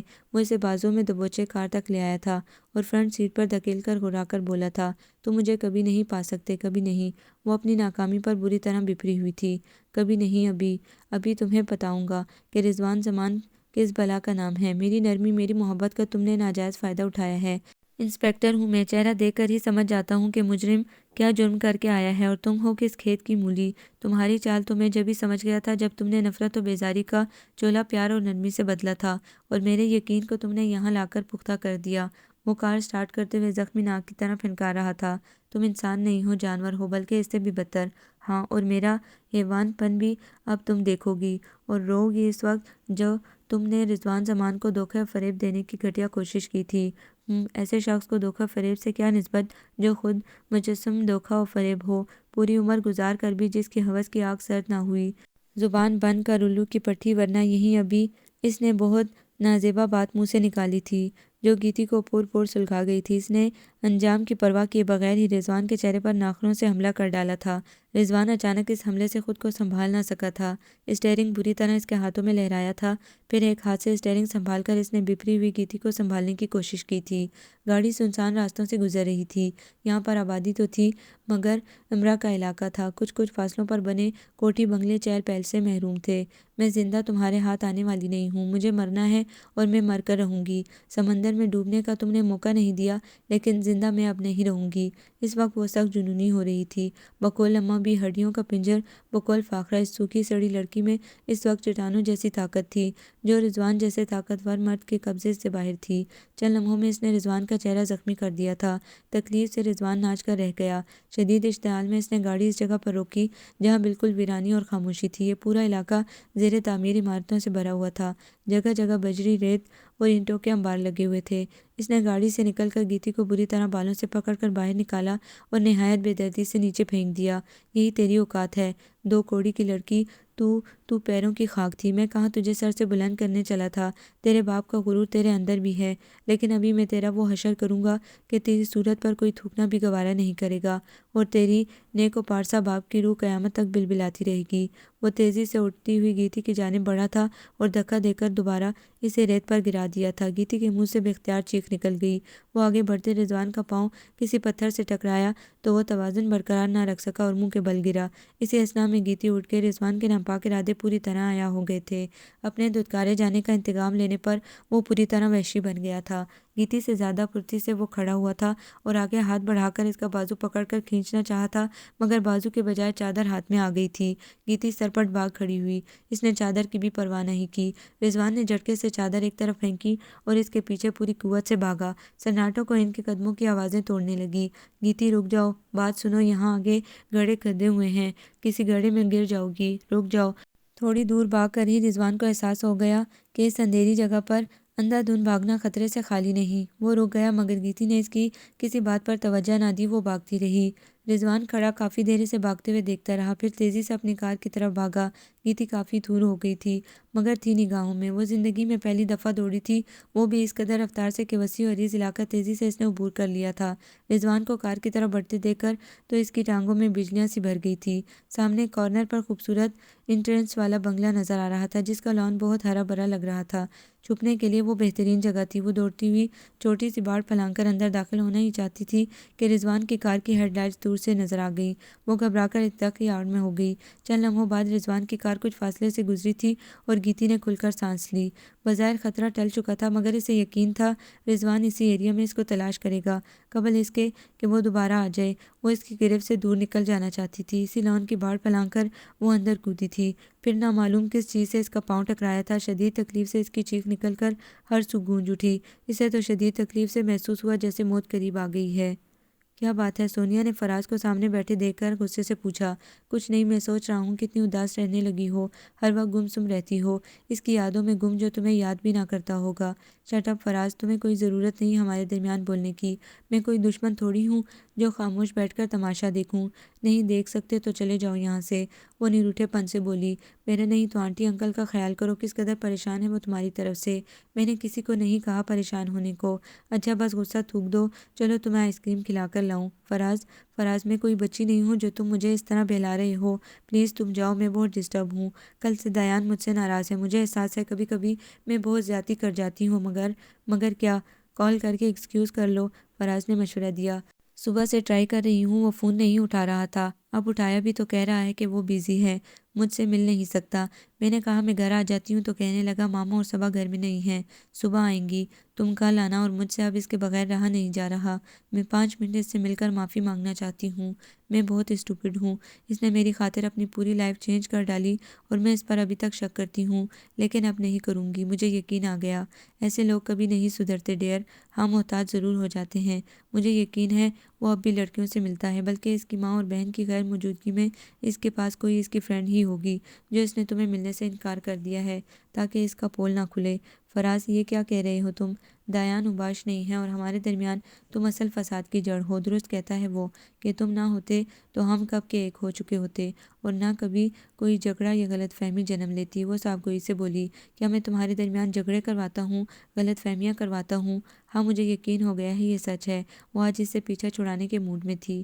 20 سالہ دوستی کا یہ صلہ دے رہی ہو اور میں جھوٹ کیوں کہنے لگا؟ فراز کو اپنی محنت ضائع ہوتی محسوس ہو رہی تھی، وہ تل ملا کر اٹھ کھڑا ہوا۔ اگر سچے ہو تو ابھی چلو میرے ساتھ اور دکھاؤ مجھے کون سی فرینڈ ہے دایان کے ساتھ جو تم سچ کہہ رہے ہو تو۔ میں جھوٹ نہیں کہتا، میں جھوٹ کیوں کہوں گا؟ حقیقت کھلنے پر وہ گھبرایا۔ پھر چلو میرے ساتھ آؤ، وہ اٹھتی ہوئی بولی، لیکن اس طرح اچھا نہیں لگتا، کیا سوچے گا وہ؟ پھر سوچنے کی باری میری ہوگی، میں تو تمہاری صداقت دیکھنے جا رہی ہوں۔ سونیا نے اس کی ایک نہیں سنی، ساتھ لے کر پورچ کی طرف آ گئی، جبکہ فراز دل ہی دل میں کسی نئے جھوٹ کو پلان کر رہا تھا۔ اس بار سونیا کی تنگ نظری نے اسے سخت اذیت پہنچائی تھی، کیا کچھ نہیں کیا تھا اس کے لیے، خود کو بالکل ہی بدل ڈالا تھا، دوستیوں میں بھی محتاط روی اختیار کی تھی۔ آفس سے آنے کے بعد فارغ وقت اس کے ساتھ گزارتا تھا اور یہ محبت کی انتہا ہی تھی کہ وہ ماں اور بہن کو بھی اگنور کرنے لگا تھا، ورنہ آفس سے آنے کے بعد انہیں وقت ضرور دیتا تھا۔ وہ اتنی کٹھور اور بے عقل تھی کہ ابھی تک اس پر یقین و اعتماد کرنے کو راضی تھی، حالانکہ وہ کوئی خراب عادات اور بگڑے مزاج کا مالک نہیں تھا، صرف لائف انجوائے کرنا اپنا حق سمجھتا تھا۔ حد سے گزرنے کی اس نے کبھی خواہش نہ کی تھی، شاید ماں کے پاکیزہ دودھ اور باپ کے غیرت مند خون کا اثر تھا یہ، لیکن سونیا نہ معلوم کس طرح کی محبت کرتی تھی جو لمحے بھر میں اجنبی بن جایا کرتی، اور وہ ہر بار سب بھول کر اسے منا لیا کرتا تھا، مگر اس بار اس سے سخت ناگوار گزرا تھا۔ اس کا نمبر دیکھ کر وہ فون اٹینڈ نہیں کر رہا تھا، مگر 2 گھنٹے قبل اس سے رہا ہی نہیں گیا اور فون اٹینڈ کر کے اس کے جواب میں کہہ دیا کہ گھر میں ماما اور صبا اس وقت نہیں ہیں، وہ کل آئے، اور وہ مشکل سے مانی تھی۔ اس کے لہجے میں بے چینی اور ندامت محسوس کر کے اس کے اندر طمانینت کی لہریں دوڑ گئی۔ سلیپنگ سوٹ پہنتے ہوئے اس نے سوچا کہ وہ تھوڑا اسے ستائے گا، پھر مانے گا، تاکہ اسے بھی معلوم ہو کہ ناراضگی کیا دل پر ستم ڈھاتی ہے۔ کھڑکی بند کرتے ہوئے اس کی سماعت سے نسوانی چیخ ٹکرائی تھی۔ اس نے کھڑکی کھول کر باہر دیکھا، جہاں صرف تاریکی تھی، چوکیدار نے گیٹ پر موجود لائٹ بھی آف کر رکھی تھی۔ گہری تاریکی میں لان کے درخت اور سبزہ تاریکی کا حصہ لگ رہے تھے۔ چیخ تیزی سے ابھری تھی اور معدوم ہو گئی تھی، مگر اس کے اندر کا فرشناز انسان جاگ اٹھا تھا۔ اس نے تیزی سے نائٹ گاؤن پہنا اور بیڈ روم سے باہر نکل آیا۔ کوریڈور اور لابی میں نائٹ بلب جل رہے تھے۔ وہ گیٹ کھول کر لان میں نکل آیا۔ شیر خان، شیر خان، چوکیدار کو آوازیں دیتا ہوا وہ آگے بڑھا تھا۔ چوکیدار جو تمام لائٹس بند کیے مزے سے خواب خرگوش کے مزے لوٹ رہا تھا، غیر متوقع طور پر مالک کی آواز سن کر ہڑبڑا کر اٹھا تھا۔ جی صاحب، صاحب، جی صاحب، وہ سلوٹ مارتا ہوا حاضر ہوا۔ یہاں کوئی آیا ہے؟ وہ اسے گھور کر استفسار کرنے لگا۔ نہیں صاحب، ہمارے موجودگی میں کسی کا ہمت نہیں ہو سکتا، اس نے آنکھیں ملتے ہوئے وثوق سے کہا۔ شٹ اپ، لائٹس آن کرو، اس طرف سے آواز آئی ہے مجھے۔ بتیاں روشن ہونے پر چوکیدار کے ساتھ وہ بھی چونک کر اس کی طرف بڑھا تھا۔ گلاب کے پھولوں کے کنج میں سیاہ سوٹ میں ملبوس وہ کوئی لڑکی تھی جو آڑی ترچھی وہاں پڑی تھی۔ اوہ، کون ہے یہ اور یہاں کیسے آئی؟ اس نے بھاگ کر اسے سیدھا کیا تھا۔ اس کا چہرہ خطرناک حد تک زرد ہو رہا تھا اور سانس رک رک کر چل رہا تھا، حالت تشویشناک تھی اس کی۔ شیر خان کی مدد سے وہ اس لڑکی کو اٹھوا کر اپنے بیڈ روم میں لے آیا تھا اور شیر خان کو آگے بنگلے میں رہائش پذیر ڈاکٹر عاطف کو لینے بھیجا تھا۔ اس کے حواس پوری طرح بیدار ہو چکے تھے۔ بہت باریک بینی سے لڑکی کا جائزہ لے رہا تھا۔ مرتی مرتے اس کے پاؤں زخمی ہو رہے تھے، لباس پسینے سے بھیگ کر جسم سے چپکا ہوا تھا اور زرد چہرے پر بے ہوشی کے دوران بھی شدید اذیت و تکلیف کے آثار تھے۔ اس نے جھک کر کمبل اس پر ڈال دیا۔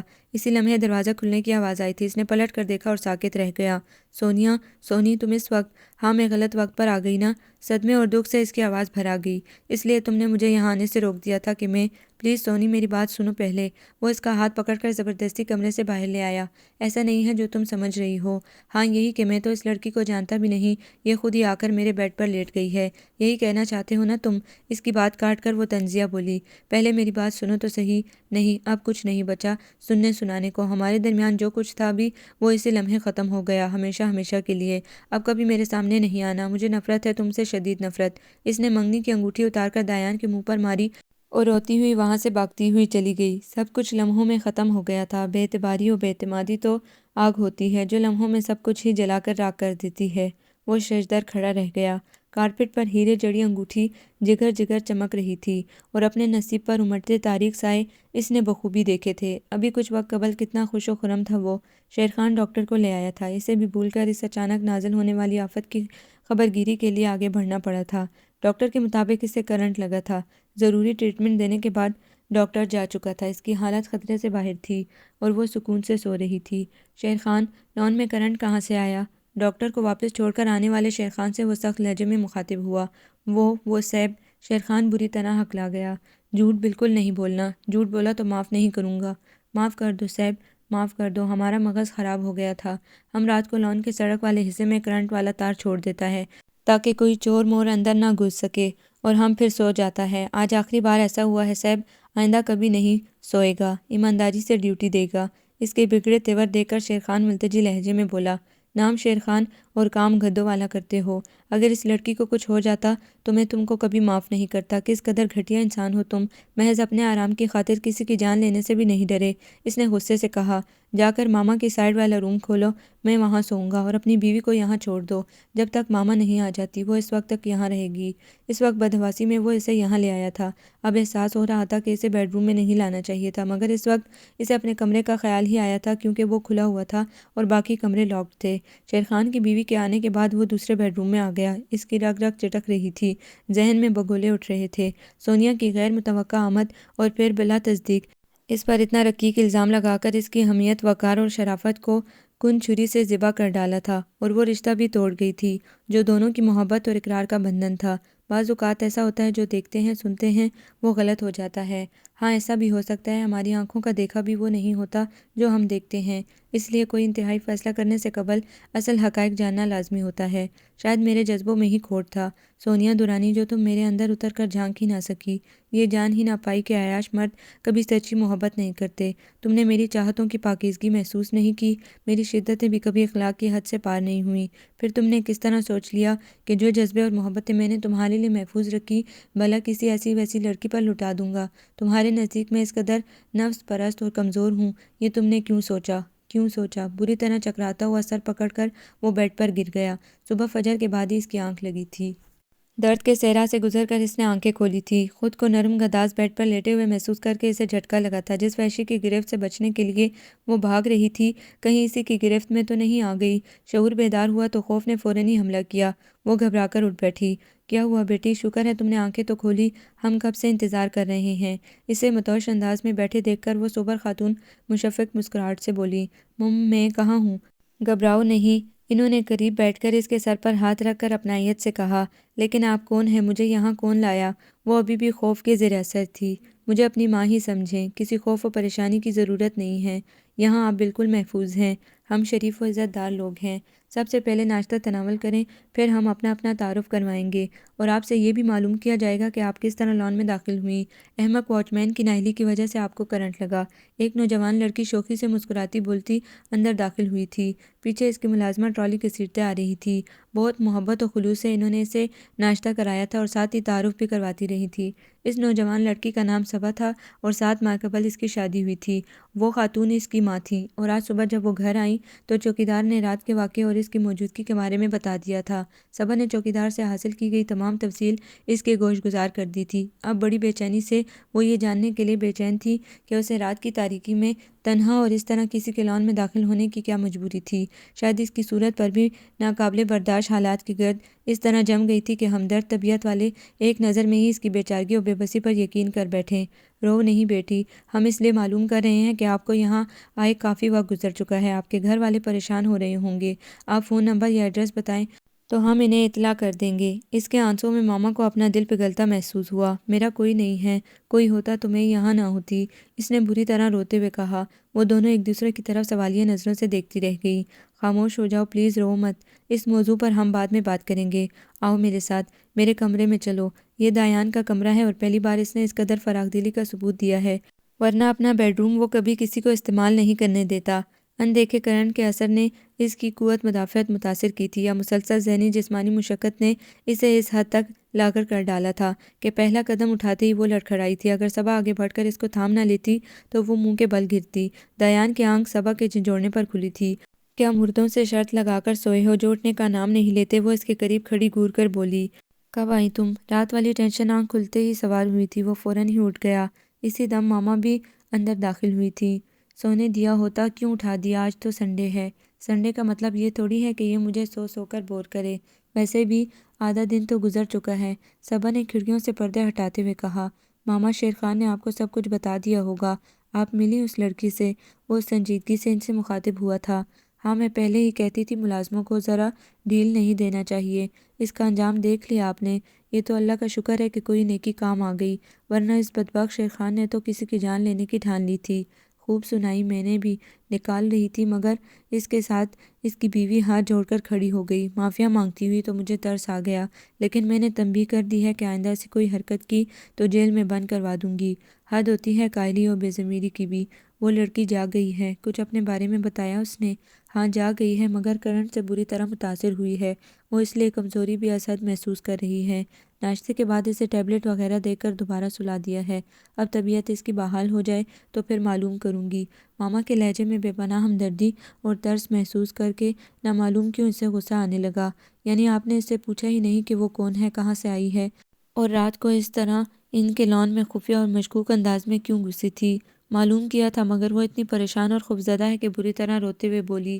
میرا کوئی نہیں ہے، کوئی ہوتا تو میں یہاں نہ ہوتی۔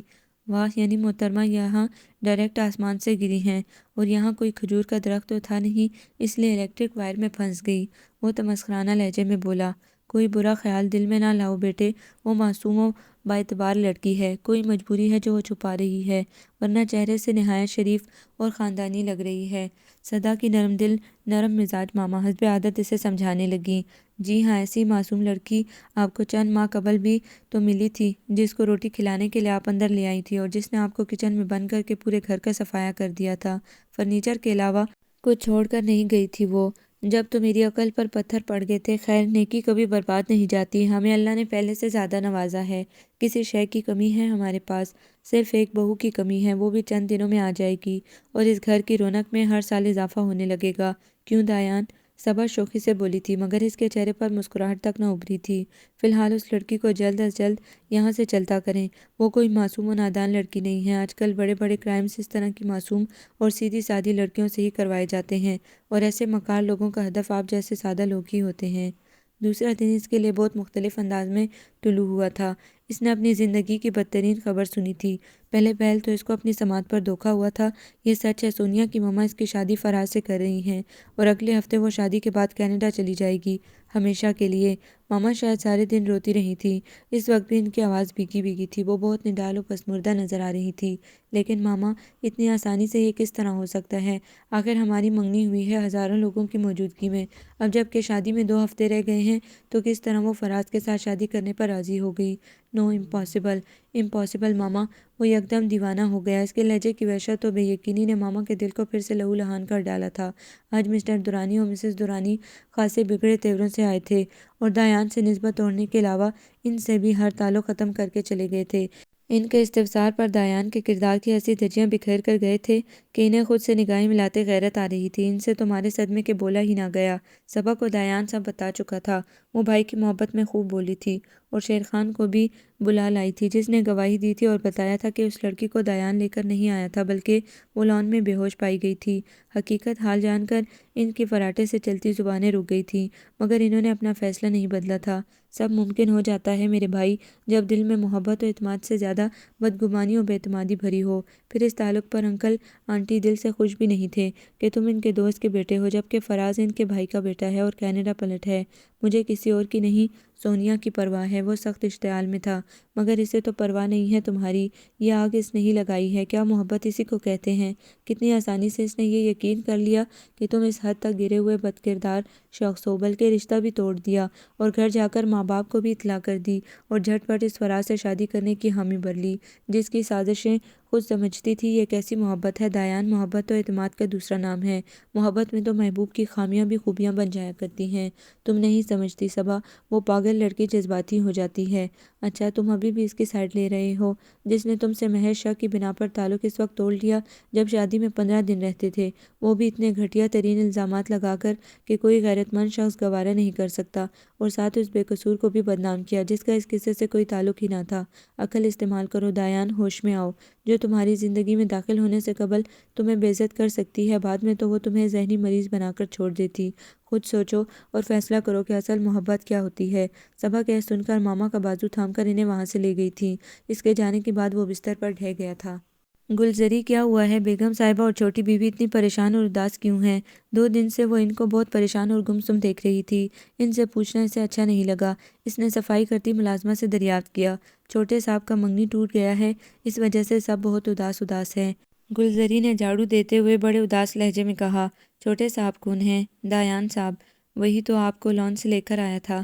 اچھا، اسے یاد آیا کہ پہلے بھی وہ گلزری کی زبان سن چکی ہے کہ اسے اس کے خاوند کی مدد سے دایان صاحب اندر لائے تھے، اور ماما بھی کئی مرتبہ اپنے بیٹے کا ذکر کر چکی تھیں، مگر 4 دن اس گھر میں گزارنے کے باوجود اس سے سامنا نہیں ہوا تھا۔ وجہ یہ تھی کہ ہمت اب کچھ بحال ہوئی تھی، مگر وہ خود اس کمرے میں نہیں آیا تھا۔ گلزری کی زبان یہ سن کر اسے افسوس ہوا تھا۔ وہ جو بے غرض محبتوں کو ترسی ہوئی تھی، بے لوث چاہت و بے کھوٹ اپنائیت، اسے ان 4 دنوں میں ان ماں بیٹی سے حاصل ہوئی تھی۔ اس نے اس کے دل میں ان کے لیے بہت احترام و عقیدت پیدا کر دی تھی۔ یہی وجہ تھی کہ ان کے دکھ کی خبر سن کر اسے بھی دکھ ہو رہا تھا۔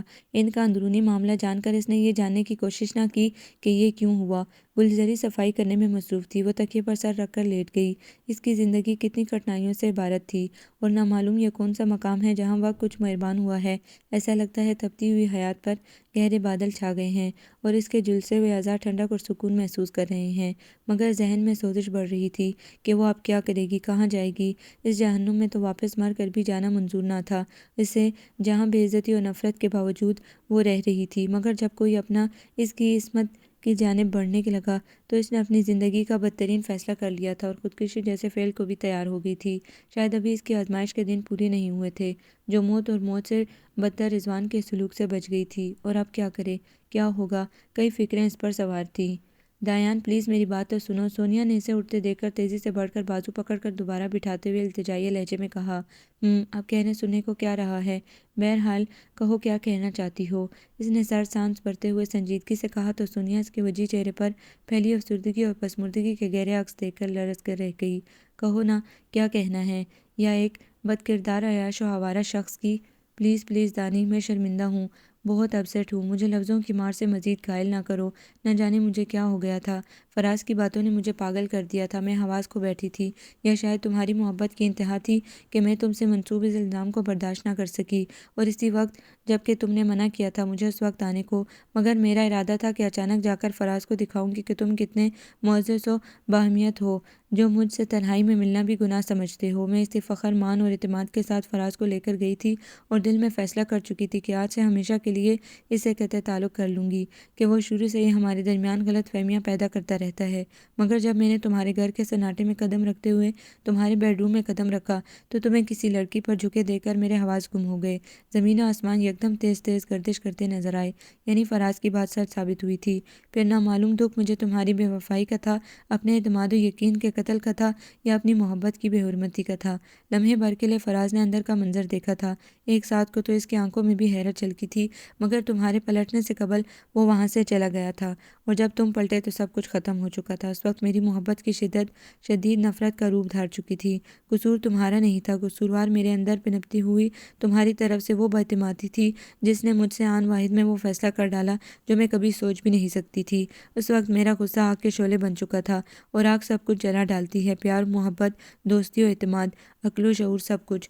مجھ پر اس قدر دیوانگی طاری ہوئی کہ میں نے اس لڑکی کی طرف دیکھنا بھی گوارا نہ کیا، اور شاید مجھ پر وحشت طاری اسی لیے ہوئی تھی کہ وہ تمہارے بیڈ روم میں تمہارے بیڈ پر دراز تھی، اور تم اس کے چہرے پر جھکے ہوئے۔ Shut up, shut up, stop it!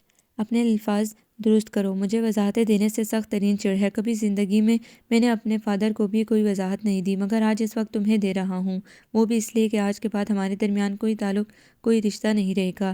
اس کی بات قطع کر کے وہ تلخی سے بولا تھا۔ اس کے چہرے اور لہجے میں یکدم ناگواری اور درستگی دھر آئی تھی۔ سونیا خاموشی سے ان آنسوں کو صاف کر رہی تھی جو چھپکے چھپکے امڑ آئے تھے۔ اس رات ماما اور صبا گھر میں نہ تھیں، اور تمام کمرے بھی لاکڈ تھے۔ جب وہ لڑکی مجھے ملی تو اس کی سانسیں اکھڑ رہی تھیں، حالت نہایت مخدوش تھی۔ سو اس لمحے مجھے اپنے کمرے کا ہی خیال آیا تھا کہ باقی کوئی بھی کمرہ کھولنے کے لیے کچھ ٹائم تو لگتا، اور جب تم کمرے میں آئی تو میں بدنیتی سے یا کمینگی کے ارادے سے اس پر نہیں جھکا ہوا تھا، بلکہ جھک کر اس کی نبض چیک کر رہا تھا۔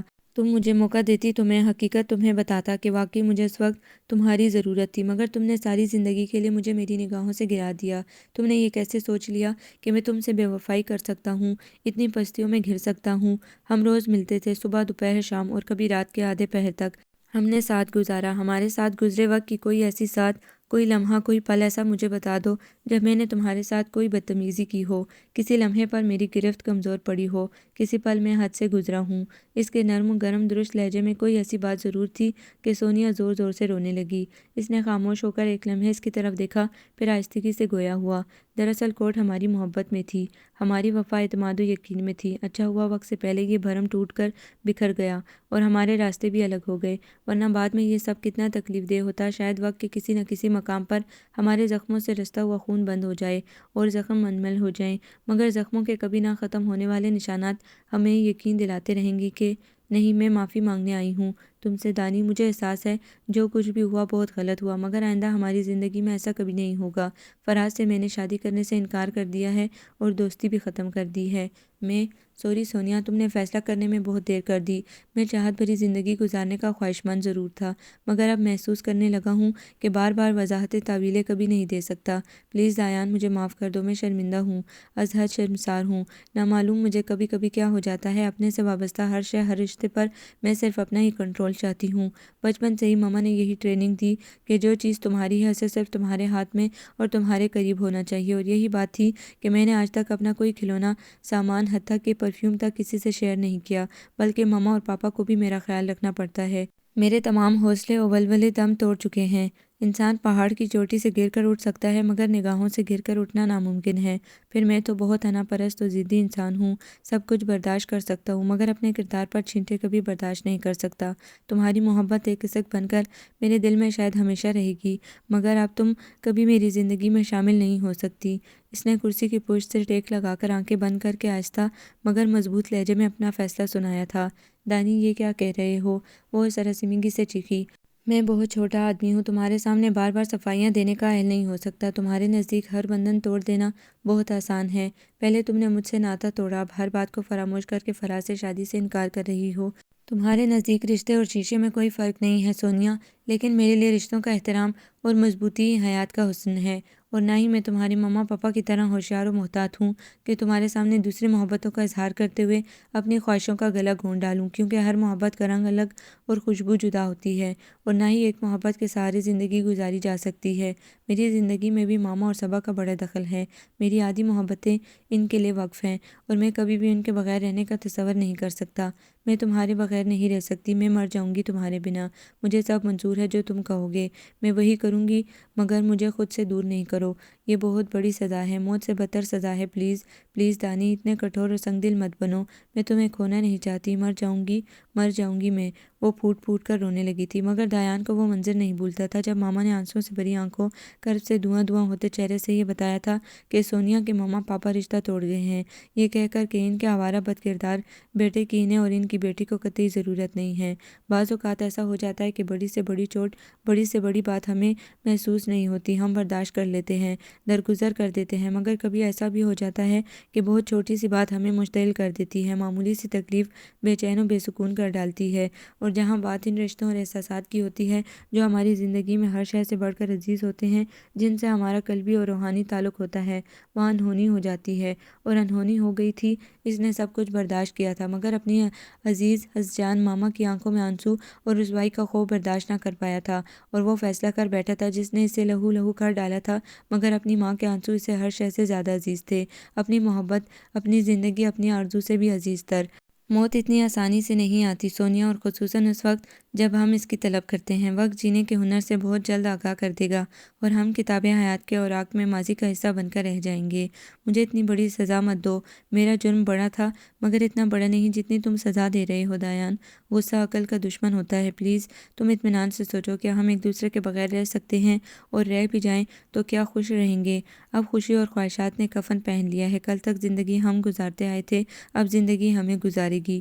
وہ دھیمے سے ہنسا تھا، اس کی روشن براؤن آنکھوں میں جلے ہوئے ارمان اور ٹوٹے سپنوں کی کرچیاں بکھری ہوئی تھیں، آنکھوں میں آئی نمی میں جن کا عکس بڑا پرسوز تھا۔ سونیا کی سسکیاں کمرے میں گونج رہی تھی۔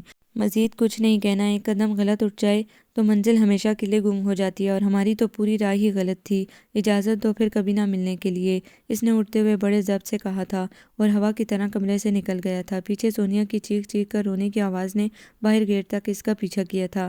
اس کی حالت بھی اس سے مختلف نہ تھی، اندر رم جم اس کے بھی ہو رہی تھی، آہو بکا تو اس کا دل بھی کر رہا تھا، ماتم اس کے جذبے بھی کر رہے تھے، محبت دھاڑیں مار رہی تھی، دل کی دنیا اجڑ گئی تھی، ہر سو اب ویرانی ہی ویرانی تھی۔ سونیا لڑکی تھی، رو رو کر دل کو ڈھارس دے سکتی تھی، وہ مرد تھا، رونا اس کی مردانگی کے خلاف تھا، بیان کرنا اس کی اہمیت کو گوارا نہ تھا۔ آج اس فیصلے سے اسے تکلیف پہنچی تھی، کل 10 سال بعد بھی اسے یہی فیصلہ کرنا تھا۔ وہ جان گیا تھا سونیا کی فطرت نہیں بدل سکتی تھی، کل کو کوئی بھی اس کی اس عادت سے فائدہ اٹھا کر اس کے بارے میں جھوٹ بول کر اس کا گھر برباد کروا سکتا تھا، اور اس گھر کو بننے سے قبل ہی اس نے اپنے ہاتھوں سے اجاڑ دیا تھا۔ سونیا کے گھر سے نکلنے کے بعد اس کے اندر گھٹن اس قدر بڑھی کہ وہ بے مقصد کئی گھنٹوں تک سڑکوں پر کار دوڑاتا رہا، مگر بے سکونی اور اضطرابی حد سے سوا ہو گئی تو اس نے کچھ عرصے کے لیے شہر کو چھوڑنے کا فیصلہ کر لیا۔ بیٹی گیتی آرا، بہت خوبصورت نام ہے تمہارا، اپنا نام تو بتا دیا ہے، اب اگر مناسب سمجھو تو اپنے متعلق بتاؤ بیٹی۔ پورے 3 ہفتے بعد بالآخر اس نے اپنے بارے میں انہیں بتایا تھا۔ اتنے عرصے میں وہ ان کی بے لوث محبت اور خلوص کی گرویدہ ہو گئی تھی۔ میری زندگی کی کہانی میں کوئی نیا پن نہیں ہے، جو میرے حالات زندگی ہے، نہ معلوم اس معاشرے میں کتنے لوگ، کتنی لڑکیاں ان حالات میں زندگی گزار رہی ہیں۔ ابا کی پہلی بیوی بہت بیمار رہنے کے بعد اللہ کو پیاری ہو گئیں، پیچھے 2 نوعمر لڑکیوں کو چھوڑ گئی تھی۔ ابا صبح کام پر جاتے تو رات کو تھکے ہارے گھر لوٹتے تھے، اور ضروریات زندگی سے فارغ ہو کر سو جایا کرتے تھے۔ دونوں بیٹیوں کو حسب توفیق وقت دیا کرتے تھے، کوئی بیٹا نہیں تھا، عزیز و اقارب شہر سے باہر تھے، بیوی کے انتقال پر قریبی رشتہ دار آ کر ٹھہرے تھے جو 40ویں کے بعد لوٹ گئے تھے۔ وقت رواں دواں تھا، جب ایک دن محلے کی بزرگ خاتون نے راستے میں روک کر انہیں اطلاع دی کہ ان کی غیر موجودگی میں ان کی لڑکیوں سے ملنے کے لیے کچھ لڑکے آتے ہیں، کچھ وہ سارا وقت گھر میں گزارتے ہیں اور کبھی باہر چلے جاتے ہیں، اور یہ سب ان کی آمد سے پہلے پہلے ختم کر دیا جاتا ہے۔ ابا کی غیرت کو زبردست دھچکا لگا تھا، کیونکہ وہ بزرگ خاتون معتبر و مخلص تھیں، ان کی باتوں کو جھٹلایا بھی نہیں جا سکتا تھا، اور ایک طرف ان کا دل اس حقیقت کو ماننے کو تیار نہ تھا۔ بہرکیف بہت سوچ و بچار کے بعد انہوں نے فیصلہ کیا کہ وہ خود دیکھیں گے کہ اصل معاملہ کیا ہے۔ اس فیصلے کو انہوں نے دوسرے دن ہی عملی جامہ پہنایا، اور کام سے 1 گھنٹے بعد ہی واپس آ گئے تو دروازے پر لگے تالے نے ان کی غیرت کو للکارا۔ وہ سارا دن انہوں نے کسی طرح ان کی آمد کے انتظار میں گزارا۔ شام میں ان کی آمد سے 1 گھنٹہ قبل وہ دونوں بہنیں کسی کار والے کے ساتھ آ گئی تھیں، تیز میک اپ اور بھڑکیلے کپڑوں میں چھوٹے سے دوپٹوں کو شانوں پر ڈالے لاپرواہی و بے باکی سے کہکے لگاتی فرخندہ اور فاخرہ کو وہ پہچان نہیں پائے۔ ہر وقت سر پر دوپٹے اوڑھے رہنے والی معصوم و سنجیدہ بیٹیوں کے بڑے بھیانک روپ تھے یہ۔ انہوں نے سختی سے ان سے باز پرس کی تو معلوم ہوا ان چکروں میں وہ از حد گستاخ و بے ادب بھی ہو چکی ہیں۔ ان کی عمر شادی کے لائق بھی نہ تھی کہ وہ شادی کر کر کے عزت کے ساتھ ان کو رخصت کر دیتے۔ ایسے میں کسی نے مشورہ دیا کہ وہ شادی کر لیں، گھر میں لڑکیوں کے سر پر کوئی عورت نہ ہونے کی وجہ سے وہ آزاد ہو گئی ہیں، ماں ہوگی تو ان کی دیکھ بھال کرے گی اور گھر بھی بس جائے گا۔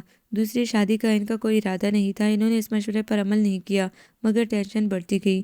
بیٹیوں کے طور طریقے دن بدن بگڑتے جا رہے تھے، ان کے سمجھانے ڈانٹنے حتیٰ کہ مارنے تک کا احساس انہیں نہ تھا، بلکہ پہلے جب ان کی حرکتیں ظاہر نہ ہوئی تھی تب وہ بہت احتیاط برتتی تھی، محلے والوں اور باپ سے بھی، اور جب کہ اب سب عیاں ہو گیا تو انہوں نے سارے خوف و لحاظ اتار پھینکے تھے۔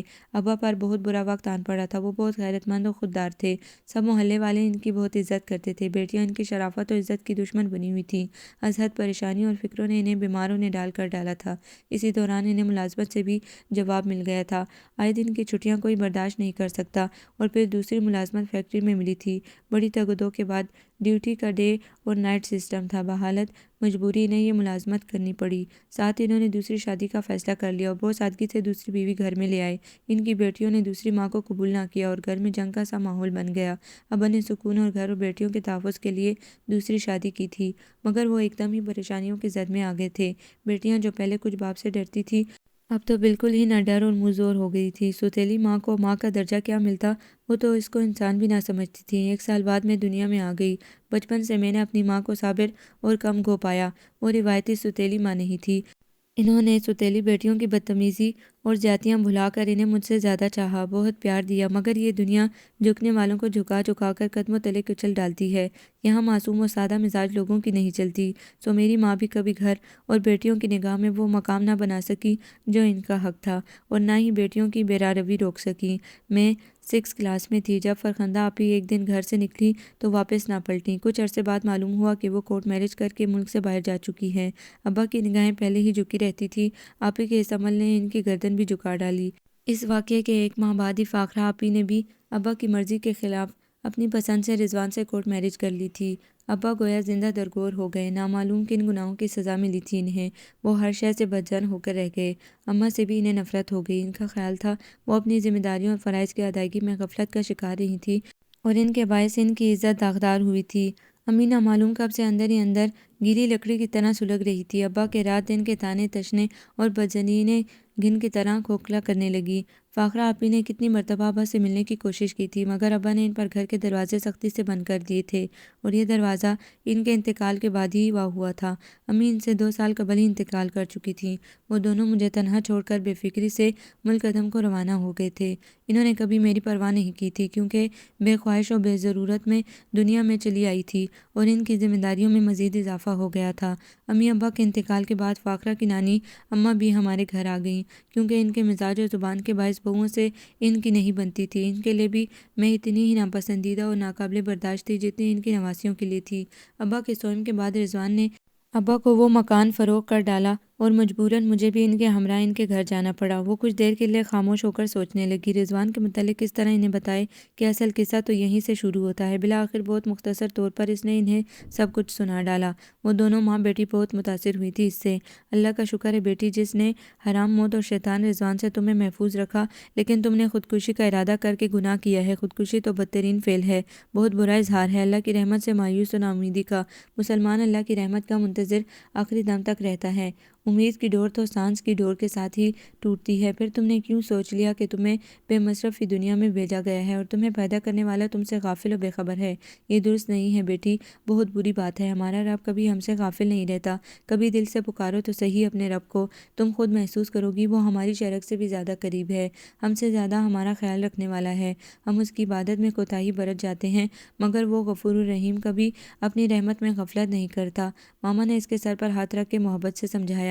آنٹی میں کیا کرتی، مجھے کوئی اور راہ ہی نہ سوج رہی تھی، وہ افسردگی سے بولی۔ اللہ ہمارے گمان کے ساتھ ہے، جیسے ہم اس سے امید رکھتے ہیں ویسا ہی وہ ہمارے ساتھ تعلق رکھتا ہے۔ پھر اپنوں کی محبت و اپنائیت کا احساس تو پریشانیوں میں ہی ہوتا ہے، اور میرا یقین ہے اللہ سے بڑھ کر نہ کوئی ہمارا ہمدرد ہے اور نہ ہی کسی کو ہماری پرواہ ہے، اور جب ہمارا گمان پختہ ہے کہ ہماری پرواہ کرنے والا، ہمیں 70 ماؤں سے زیادہ چاہنے والا رب موجود ہے، تو پھر خود بخود ہمارے تمام راستے اس کی طرف پلٹ جاتے ہیں، امیدوں کے چراغ تا حیات روشن رہتے ہیں۔ یہ محض تسلیاں اور بہلاوے نہیں ہیں۔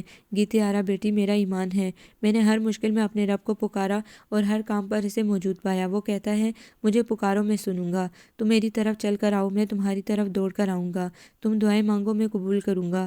ہمارا رب مانگنے والے سے خوش ہوتا ہے اور نہ مانگنے والے سے ناراض۔ جب ایسا سخی ہمارا پروردگار ہے تو ہم کیوں دوسرے کے آگے ہاتھ پھیلائیں؟ اصل دینے والا تو وہی ہے۔ بس اب اٹھو، اللہ سے معافی مانگو، توبہ کر لو۔ آئندہ ایسی سوچوں سے آج تک تم نے اپنے رب سے نا امیدی و بدگمانیاں رکھی تھی اور جواباً تمہیں وہی ملتی رہی تھی۔ اب اس سے روشن امیدیں رکھو، خوش گمانی رکھو، تو ایسا ہی بدلہ پاؤ گی۔ مغرب کی اذان کا وقت ہو رہا تھا، وہ اس کا ہاتھ پکڑ کر وضو کرانے کے لیے گئیں۔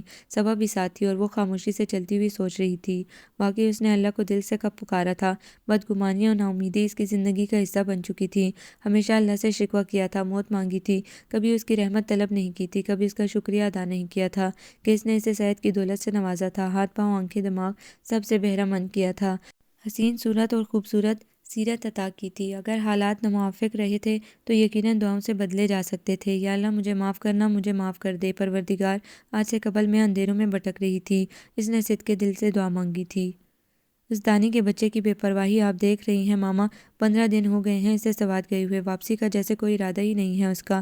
صبا سوٹ کیس میں اپنے کپڑے اور دوسرا سامان رکھتے ہوئے فکر مندی سے بولی، وہ اس دوران جس تکلیف سے گزر رہا ہے وہ میں محسوس کر رہی ہوں۔ اچھا ہوا اس کی غیر موجودگی میں سونیا بیاہ کر کینیڈا چلی گئی، ورنہ کیا قیامت گزرتی میرے بچے پر۔ کیا کیا ارمان تھے میرے بچے کے، کس قدر ٹوٹ کر چاہا تھا سونیا کو، مگر اس نے میرے بچے کو سمجھنے میں بہت دیر کر دی۔ ماما آپ آزردہ نہ ہوں، جو کچھ ہوا بہت اچھا ہوا۔ دایان کو معلوم تھا، اسی لیے وہ یہ شہر چھوڑ کر چلا گیا۔ وہ آئے گا تو اس کے سامنے کبھی بھی سونیا کا نام نہ لیجیے گا۔ میں جانتی ہوں ابھی وہ بہت ٹوٹا بکھرا ہوا ہوگا، اس نے محبت کا زخم کھایا ہے جس کی تکلیف اسے سب سے زیادہ محسوس ہو رہی ہوگی۔ ایسے میں اسے ازحد ہمدردی کی ضرورت ہے۔ اگر فرجاد نے اصرار کر کے نہ بلوایا ہوتا تو کچھ دن اور رک جاتی اس کی دلجوئی کے لیے۔ تم بے فکری سے جاؤ، میں خیال رکھوں گی اس کا۔ گزرتا وقت بڑے بڑے زخم منمل کر دیتا ہے، پھر اس تیز رفتار دنیا میں کس کے پاس اتنا وقت ہے کہ وہ یادوں میں وقت گزارے۔ میں کوشش کروں گی کوئی بہترین لڑکی دیکھ کر اس کی شادی کر دوں۔ تھینکس گیتی۔ اس وقت کولڈ ڈرنک کو شدت سے دل چاہ رہا تھا۔ گیتی کے ہاتھ سے کوک کا گلاس لیتے ہوئے وہ مسکرا کر بولی۔ جواباً اس نے مسکرانے پر ہی اکتفا کیا اور دوسرا گلاس ماما کی جانب بڑھا دیا۔ تم نے نہیں لیا بیٹی؟ میرا دل نہیں چاہ رہا تھا، ان کے اشارے پر بیٹھتے ہوئے اس نے کہا۔ کیوں اس قدر تکلف برتتی ہو بیٹی؟ خوب جانتی ہو میں کام میں سب سے آگے آگے اور کھانے پینے کے معاملے میں اس طرح احتیاط و گریز کرتی ہو، یہ بہت غلط بات ہے۔ بالکل بے فکری سے جو مرضی چاہو کھاؤ پیو، اس طرح مجھے ازحد خوشی ہوگی۔ بہت مہربانی آپ کی آنٹی، دراصل مجھے آپ سے ایک بات کہنی ہے۔ کہو میں سن رہی ہوں، مگر آئندہ مجھے آنٹی مت کہنا۔ جس طرح میں دایان اور صبا کی ماما ہوں اسی طرح میں تمہاری بھی ماما ہوں۔ ان کے ملائم لہجے میں پیار بھری سرزنش تھی۔ اس کا دل پہلے ہی موم تھا، ٹپ ٹپ پگھل کر بہنے لگا۔ مجھے یقین نہیں آتا یہ سپنا ہے یا حقیقت، اور میں دعا کرتی ہوں اگر یہ خواب ہے تو کبھی میری آنکھ نہ کھلے، حقیقت ہے تو آخری سانس کے ساتھ ہی ختم ہو۔ میں نے اپنی زندگی میں کبھی سگے رشتوں سے اتنا بھرپور پیار نہ پایا تھا جو آپ مجھ جیسی غیر اور بے سہارا لڑکی کو دے رہی ہیں۔ یقیناً دنیا سے ابھی اچھے اور فرشتہ صرف لوگ بالکل ہی غائب نہیں ہوئے ہیں، اور دنیا کی موجودگی کی وجہ بھی آپ جیسے لوگ ہی ہیں۔ وہ بے اختیار رونے لگی تھی۔ شرمندہ نہیں کرو بیٹی، ہم وہ حقوق کہاں پورے کر رہے ہیں جو انسان اور مسلمان ہونے کے حوالے سے ہم پر لاگو ہوتے ہیں۔ کیا بات کرنا چاہ رہی تھی تم؟ کوئی پریشانی ہے؟ میرا مطلب ہے مجھے اس طرح آپ پر بوجھ بننا پسند نہیں ہے۔ میں چاہتی ہوں آپ مجھے کسی ایسی جگہ ملازمت دلوا دیں جہاں ملازمت کے ساتھ ساتھ رہائش کا بھی انتظام ہو۔ وہ ماں کی طرح صابر و خدمت گزار تھی۔ خودداری اور غیرت مندی اسے باپ کی طرف سے ورثے میں ملی تھی۔ اس نے کافی سوچ و بچار کے بعد فیصلہ کیا تھا کہ وہ کسی ایسی جگہ نوکری کرے گی جہاں اسے کام کے ساتھ رہنے کی جگہ بھی میسر آ جائے۔ اس میں کوئی شک نہیں تھا کہ ماما اور صبا کی محبت بے کھوٹ تھی، مگر اب جب کہ وہ بالکل تندرست ہو گئی تھی تو اپنی موجودگی وہاں بلا جواز محسوس کر رہی تھی۔ ارے ملازمت کا کیوں سوچا تم نے؟ کیا یہاں کوئی پریشانی یا تکلیف ہے؟ نہیں، مگر آپ پر بوجھ بننا مجھے گوارا نہیں۔ اس قدر اسمارٹ ہو ماشاءاللہ، تمہارا بوجھ ہی کہاں ہے ڈیئر؟ گلاس خالی کر کے ٹرے میں رکھتے ہوئے صبا شوخی سے بولی۔ ماما نے اس کے ازحد اصرار کے باوجود اسے ملازمت کی اجازت نہ دی تھی۔ ماما درست کہہ رہی ہیں گیتی، یہاں تمہیں کوئی پریشانی نہیں ہوگی۔ میرے جانے کے بعد ماما بالکل تنہا ہو جائیں گی، تم ان کے پاس ہوگی، ماما کی تنہائی ختم ہو جائے گی اور میں بھی وہاں اطمینان سے رہوں گی، ورنہ ماما کی تنہائی کا خیال مجھے پنڈی میں پریشان رکھے گا۔ ان دنوں دایان گھر پر نہیں ہے، وہ ہوتا بھی ہے تو گھر میں بہت کم ٹھہرتا ہے، شاید آج کل میں آ جائے گا۔ خیر اس کی پرواہ مت کرو، صبا نے سوٹ کیس بند کرتے ہوئے اطمینان سے کہا۔ وہ گھر میں داخل ہوا تو حسب معمول گھر میں خاموشی پھیلی ہوئی تھی۔ دبے قدموں سے ماما کے کمرے کی طرف بڑھا، وہ نماز میں مشغول تھی۔ وہاں سے صبا کے کمرے میں آ گیا، وہ اطمینان سے اس کی طرف پشت کیے بک شیلف صاف کر رہی تھی۔ وہ دبے پاؤں چلتا ہوا آگے بڑھا تھا اور ایک ڈراؤنی آواز نکالتے ہوئے اپنے دونوں ہاتھ اس کی گردن پر رکھ کر خوفناک آواز میں بولا، ہو ہا ہا ہا۔ دوسرے لمحے زوردار چیخ کمرے کی فضاؤں سے نکل کر دور تک گونجی تھی۔ جتنی تیزی سے وہ پلٹی تھی، اس سے بھی دگنی رفتار سے وہ 2 قدم پیچھے ہٹتا تھا۔ دونوں ایک دوسرے کو دیکھ رہے تھے۔ دیان کی نگاہوں میں استجاب و حیرانی تھی۔ گیتی خوفزدہ نگاہوں سے اس کی جانب دیکھ رہی تھی۔ کون ہے آپ؟ صبا کہاں ہیں؟ دیان نے خود پر جلد کنٹرول کیا۔ وہ پنڈی گئی ہیں کل، میں ماما کو بلا کر لاتی ہوں۔ گیتی گھبرائی ہوئی کمرے سے نکلی تھی۔ وہ اسے پہچان گئی تھی کہ وہ دیان ہے، جس نے یقیناً اسے صبا سمجھ کر مذاق کرنے کی کوشش کی تھی۔ ماما کو اس کی آمد کا بتا کر وہ کچن کی طرف بڑھ گئی۔ ماما، آپ نے اسے ابھی تک گھر میں بٹھا رکھا ہے، جب وہ ٹھیک ہو گئی تو اسے گھر سے نکالا کیوں نہیں؟ گیتی کی یہاں موجودگی نے اسے مشتعل کر ڈالا تھا۔ وہ بہت مظلوم و نیک لڑکی ہے بیٹا، پھر گھر کا ہر کام اس نے اپنے ذمہ لے لیا ہے اور بہت نفاست و پھرتی سے سب کام کرتی ہے۔ انہوں نے اسے قائل کرنے کی صحیح کی۔ خواتین کی یہی کمزوری سب سے خطرناک ہے کہ کوئی معمولی سا کام کر دے تو وہ ہستی آپ کے لیے بہت قابل و معتبر ہو جاتی ہے۔ یہ کام ملازم بھی اسی طرح کر سکتے ہیں۔ آپ اس لڑکی کو فوراً یہاں سے روانہ کر دیں۔ کہاں جائے گی وہ بے سہارا بچی؟ کیا بگاڑا ہے اس نے تمہارا؟ رہنے دو یہیں۔ میری زندگی تباہ کر دی اس نے، اور آپ کہتی ہیں اس نے کیا بگاڑا ہے؟ وہ بے قصور ہے۔ قصوروار تو میں ہوں، خطا مجھ سے ہوئی تھی جو اسے اٹھا کر لے آیا تھا۔ اتنے دنوں بعد آئے ہو، حال احوال پوچھنے کے بجائے فالتو باتیں کرنے لگے۔ سوری ماما، لیکن میں آپ کو انفارم کر دوں کہ وہ لڑکی یہاں نہیں رہے گی۔ اس کا لہجہ خصوصی تھا۔ ماما نے اس کے متعلق سب کچھ اسے بتا ڈالا۔ وہ سادہ لو تھی اور سوچ رہی تھی اس کی دکھ بھری کہانی اس کا دل موم کر دے گی، مگر وہ مسکرا کر بولا، سویٹ ماما، ایسی کہانیوں کے بے شمار کردار ہمارے ارد گرد بکھرے پڑے ہیں۔ آپ کس کس کو تحفظ اور گھر مہیا کریں گی؟ اور مجھے ایسی کسی اسٹوری پر قطعی اعتبار نہیں ہے، وہ فراڈ ہے۔ ایسی لڑکیاں بہت چالاک و مکار ہوتی ہیں۔ پہلے اسی طرح معصومیت و مظلومیت کی چادر اوڑھ کر آپ جیسی سیدھی سادی معصوم عورتوں کا اعتبار حاصل کرتی ہیں اور پھر خاموشی سے سب کچھ لوٹ کر بھاگ جاتی ہیں۔ اتنے ہی بے وقوف سمجھا ہوا ہے مجھے۔ یہ بال دھوپ میں سفید نہیں کیے۔ خبردار جو آئندہ گیتی آرا کے خلاف غلط سوچا بھی تو۔ بہت جلد وہ جان گئی تھی کہ دیان ماما اور صبا سے بالکل الٹ طبیعت اور مزاج رکھنے والا بندہ ہے۔ وہ مغرور اکھڑ اور سرد مزاج اس کے ہر انداز سے محسوس ہوتا تھا کہ وہ اس کی موجودگی اس گھر میں برداشت نہیں کر رہا ہے۔ سنو، تم جیسی لڑکیوں سے میں خوب واقف ہوں۔ ماما کو تم نے بہلا لیا ہے، مگر میں ایسے ہتھ کنڈوں سے زیر ہونے والا نہیں ہوں۔ اگر اپنی خیریت چاہتی ہو تو جس طرح آئی تھی اسی طرح خاموشی سے چلی جاؤ، ورنہ مجھے پولیس میں رپورٹ کرنا پڑے گی۔ اس دن ماما کی غیر موجودگی میں اسے موقع مل ہی گیا وارننگ دینے کا، اور اس کی پولیس کے نام پر زرد پڑتے چہرے نے اس کے شک کو یقین میں بدل دیا تھا۔ آپ غلط سمجھ رہے ہیں، میں ایسی لڑکی… شٹ اپ، تم کیسی لڑکی ہو میں اچھی طرح جان گیا ہوں۔ تمہاری بقا اسی میں ہے کہ کل سے پہلے یہ گھر چھوڑ کر چلی جاؤ، ورنہ… وہ تحقیر بھری نگاہوں سے گھورتا چلا گیا اور وہ شدید ذلت کے احساس سے سن ہو گئی۔ چند دن ہی تو سکھ کے آئے تھے، اب ایک اور امتحان اس کا منتظر تھا۔ میں دارالامان جانا چاہتی ہوں ماما، پلیز آپ روکیے گا مت۔ مگر کیوں؟ اتنی بڑی بات تم نے کیوں کہی؟ وہ سخت متوش ہوئی۔ میرے لیے وہی جگہ مناسب ہے۔ گیتی نے بمشکل اپنے آنسو ضبط کیے۔ کیا بات ہوئی ہے؟ بتاؤ مجھے، کسی نے کچھ کہا ہے؟ وہ اٹھ کر اس کے قریب چلی آئی تھی اور اس کا سر سینے سے لگا کر اپنائیت سے پوچھنے لگی، آپ اتنی پریشان کیوں ہو رہی ہیں ماما؟ یہ جانا چاہتی ہے تو جانے دیں، ویسے بھی یہ یہاں کب تک رک سکتی ہے؟ کمرے میں داخل ہوتا ہوا دیان پرسکون لہجے میں گویا ہوا تھا۔ اچھا آپ سمجھی، منع کرنے کے باوجود آپ نے وہی کیا۔ وہ شدید غصے سے بیٹے سے مخاطب ہوئی تھی۔ ماما، آپ جب سنجیدگی سے سوچیں گی تو میری بات سمجھ جائیں گی۔ سمجھ تو میں اب بھی چکی ہوں، ٹھیک ہے، گیتی کے ساتھ میں بھی دارالامان جاؤں گی۔ وہ غصے سے بولی۔ اللہ نہ کرے، یہ کیا کہہ رہی ہیں آپ؟ گیتی سہم کر بولی۔ وہ ماں کی طرف ششدر سا دیکھتا رہ گیا۔ وہ غیر لڑکی محبت میں کتنا آگے بڑھ گئی تھی۔ کوئی کام تمہیں ڈھنگ سے کرنا نہیں آتا؟ یہ چائے بنائی ہے تم نے؟ اس نے چائے کا مگ اٹھا کر سنک میں اچھالا اور گرا کر بولا، کیا ہوا چائے میں؟ وہ گھبرا کر مخاطب ہوئی۔ اتنی شوگر ڈال دی ہے، کیا شوگر کا مریض بناؤ گی؟ آپ نے ہی تو 2 ٹی اسپون کہا تھا۔ 2 نہیں، ہاف کہا تھا، مگر نامعلوم تمہارا دماغ کہاں غائب رہتا ہے۔ میں دوبارہ بنا دیتی ہوں، اس نے برنر سلو کرتے ہوئے کہا۔ کوئی ضرورت نہیں ہے، عذاب بن کر نازل ہو گئی ہو ہمارے لیے۔ وہ حسب عادت بڑبڑاتا ہوا کچن سے نکل گیا۔ گیتی کے لبوں پر مجروح مسکراہٹ پھیل گئی۔ دیان کی جلی کٹی باتوں اور بد مزاجی کی وہ عادی ہو چکی تھی، اور ایک روز اسے معلوم ہو گیا تھا کہ وہ کیوں اس سے اس قدر خار کھاتا ہے، چڑھتا ہے اپنی وجہ سے۔ اس کی منگنی ٹوٹ جانے کا سن کر اسے از حد افسوس ہوا تھا اور الزام پر شرمندگی بھی۔ دل ایک لمحے وہاں ٹھہرنے کو نہ چاہا تھا، مگر پھر سوچ کر رہ گئی تھی کہ کسی نیکی کے عوض اسے یہ خوابوں جیسا گھرانہ نصیب ہوا تھا۔ دوبارہ گھر سے باہر قدم نکالنے پر اسے کوئی جائے پناہ نہیں ملنے والی کہ خوش نصیبی ایک بار جولی میں گرتی ہے، بار بار نہیں۔ وہ اس کا محسن تھا، اس کی بدولت وہ دوبارہ زندگی کی طرف لوٹی تھی، اور انجانے میں اس کی ذات نے اس شریف انسان کو عظیم خسارے سے دوچار کیا تھا۔ اس نے سوچ لیا تھا وہ دایان کی کسی تلخ بات کا، بد مزاجی کا برا نہیں مانے گی۔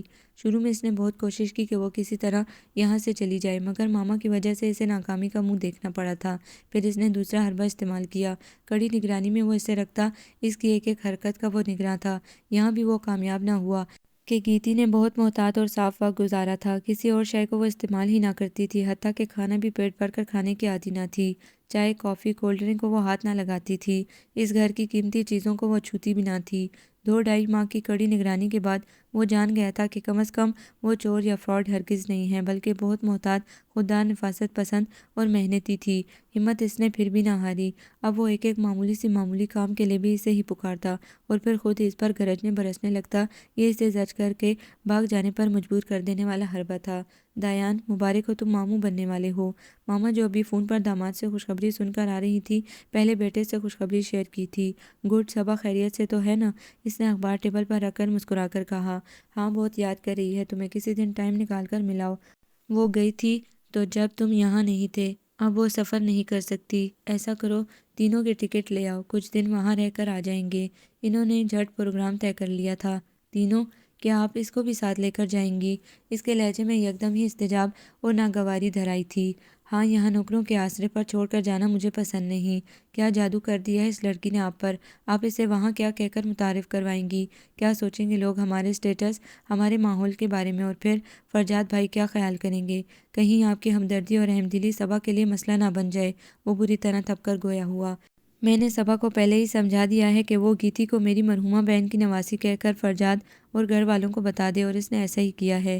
مگر ماما، وہ یہاں کب تک رہے گی؟ اس کا یہاں رہنا بالکل ٹھیک نہیں ہے۔ تمہارا کیا لیتی ہے وہ غریب؟ جب سے آئی ہے مجھے گھر کی پریشانیوں سے نجات مل گئی ہے، گھر بھی چم چم کرنے لگا ہے، مجھے بھی تنہائی اور بوریت نہیں ہوتی۔ کل کو اس کے گھر والوں نے ہم پر اسے یہاں رکھنے پر کوئی بھی الٹا سیدھا کیس بنوا دیا تو ہم کیا کریں گے؟ یہ سوچا ہے آپ نے؟ اس کے گھر والے نہیں ہیں، دشمن ہیں وہ، اور انہیں کیا پڑی ہے کہ وہ اس معصوم بچی کو تلاش کریں؟ بالفرض کبھی ٹکرا بھی گئے تو الٹا ان پر مقدمہ بنے گا قتل کا۔ قتل کا؟ ان کی حرکتوں سے تنگ آ کر ہی لڑکی نے خودکشی کرنی چاہی تھی۔ کوئی ثبوت ہے؟ ماں کی طرفداری نے اس کا موڈ خراب کر ڈالا تھا۔ گیتی آرا عاقل و بالغ ہے، خدا نخواستہ کوئی ایسی بات ہوئی بھی تو وہ خود بیان دے گی۔ اور اب اس بچی سے دشمنی ختم کرو، اب وہ مجھے تم سے بھی زیادہ عزیز ہے۔ جی، وہ تو نظر آ رہا ہے، فی الحال کوئی بھی پنڈی نہیں جا رہا، چند دنوں بعد میں خود صبا کے پاس چلا جاؤں گا۔ وہ دب دب کرتا وہاں سے نکل گیا۔ دوسرے کمرے میں کھلے دروازے سے آتی آوازیں گیتی نے بغور سنی تھی۔ صبا کے گھر جلد نئی مہمان کی آمد ہونے والی تھی۔ ماما نانی بننے کی خوشی میں سرشار، اسے ساتھ لگائے تیاریوں میں رات دن مصروف تھیں۔ کیونکہ پہلی زچگی تھی، اس لحاظ سے دستور کے مطابق بچہ اور زچہ کی پوری تیاری انہیں ہی کرنی تھی۔ بچے کے ڈھیروں بستر، رضائیاں، کمبل، کپڑوں کے علاوہ دوسری بے شمار اشیاء وہ گیتی کے ساتھ بازار سے ریڈی میڈ خرید لائی تھیں۔ صبا کے شوہر اور سسرال والوں کے بھی سوٹ انہوں نے بنائے تھے۔ بچے کے لیے پرام، واکر، گاڑی اور بے شمار کھلونوں کے انبار تھے۔ 1.5 کمرہ ان کے سامان سے بھرا تھا۔ روز سامان کی گنتی کرتی اور اچانک بھولی بسری کوئی چیز انہیں یاد آتی تو پھر بازار کی طرف رخ کرتی۔ دایان نے کئی بار انہیں منع کیا تھا کہ وہ بازار کے چکر نہ لگائیں، جو منگوانا ہے اسے بتا دیں، وہ لے آئے گا، مگر انہیں وہم تھا وہ قیمت بھی دگنی دے کر آئے گا اور چیز بھی ان کی من پسند نہ ہوگی۔ دایان کا اندیشہ درست ثابت ہوا۔ شوگر اور ہائی بلڈ پریشر کی وہ مریضہ تھی جو ان دنوں بے آرامی اور لاپرواہی کے باعث بڑھ گئے تھے، اور نیم بے ہوشی کی حالت میں انہیں اسپتال میں ایڈمٹ کیا گیا تھا، جہاں ڈاکٹروں کی خصوصی نگہداشت کے باعث 2 دن بعد ان کی طبیعت معمولی سے بہتر ہوئی تھی اور ان کی جان میں جان آئی تھی۔ آپ کی دعائیں، آپ کے سجدے قبول ہو گئے ہیں بیٹی، آپ کی مدر کو اب کوئی خطرہ نہیں ہے، جائیں، آپ ان سے مل سکتی ہیں۔ ادھیڑ عمر سرجن دایان کے بعد گیتی سے مخاطب ہوا تھا، جس سے پچھلے 2 دن سے وہ کوریڈور کے آخر میں جائے نماز پر سجدے کرتے دعائیں مانگتے دیکھ رہے تھے۔ ان کی اجازت پر وہ بےتابی سے اندر بڑھی تھی اور بے ساختہ بیڈ پر نیم دراز ماما سے لپٹ کر آنسوں پر اختیار کھو بیٹھی تھی۔ قریب بیٹھے دایان نے بلا ارادہ اس کی طرف دیکھا تھا۔ آف وائٹ پرنٹڈ سوٹ خاصا میلا ہو گیا تھا، دراز بالوں کی چوٹی میں سے کئی الجھی ہوئی لٹیں چہرے کے ارد گرد بکھری ہوئی تھی۔ اظہر تفکرات اور بے تحاشا رونے سے آنکھیں سرخ تھیں اور پپوٹے سوجے ہوئے تھے۔ پچھلے 2 دن میں اس کی شخصیت کی کئی قابل ستائش خوبیاں دایان کی نگاہوں سے گزری تھیں۔ 2 دن سے اس نے کچھ نہیں کھایا تھا اور نہ ہی وہ لمحے بھر کو سوئی تھی۔ حالانکہ عادت کے برخلاف دایان نے کئی بار اسے نرمی سے سمجھایا کہ وہ کچھ کھائے یا گھر جا کر آرام کرے۔ ماما کی طبیعت کے بارے میں وہ فون یا موبائل پر اطلاع دیتا رہے گا، مگر وہ نہیں مانی۔ ماما سے دوری سے کسی طرح بھی گوارا نہ تھی۔ خاموش ہو جاؤ بیٹی، تمہاری دعائیں ہی تو مجھے دوبارہ زندگی کی طرف لائی ہیں۔ ڈاکٹر صاحب کہہ رہے تھے بہت دعائیں مانگی ہیں میرے لیے، بہت پریشان رہی ہو۔ ماما کی نکات بھری آواز میں مسرت تھی۔ بہت محبت سے وہ اس کے آنسو صاف کرتے ہوئے کہہ رہی تھی، پلیز ماما کچھ مت کہیں، اگر آپ کو کچھ ہو جاتا تو زندہ میں بھی نہ رہتی۔ تم نے بیٹی کا حق نبھا دیا، جھک جھک جیو۔ انہوں نے اس کی پیشانی چوم کر کہا اور اس کے مرجھائے ہوئے چہرے پر زندگی کے رنگ بکھر گئے تھے۔ میں لنچ باکس لے کر آتا ہوں ماما، دایان اٹھتے ہوئے بولا۔ ہاں لے آؤ، اور سنو، صبا کو تو نہیں بتایا تھا میری بیماری کے بارے میں؟ نہیں، اتنا احمق نہیں ہوں میں۔ پہلی بار اس کے ہونٹوں پر شوق مسکراہٹ بکھری تھی۔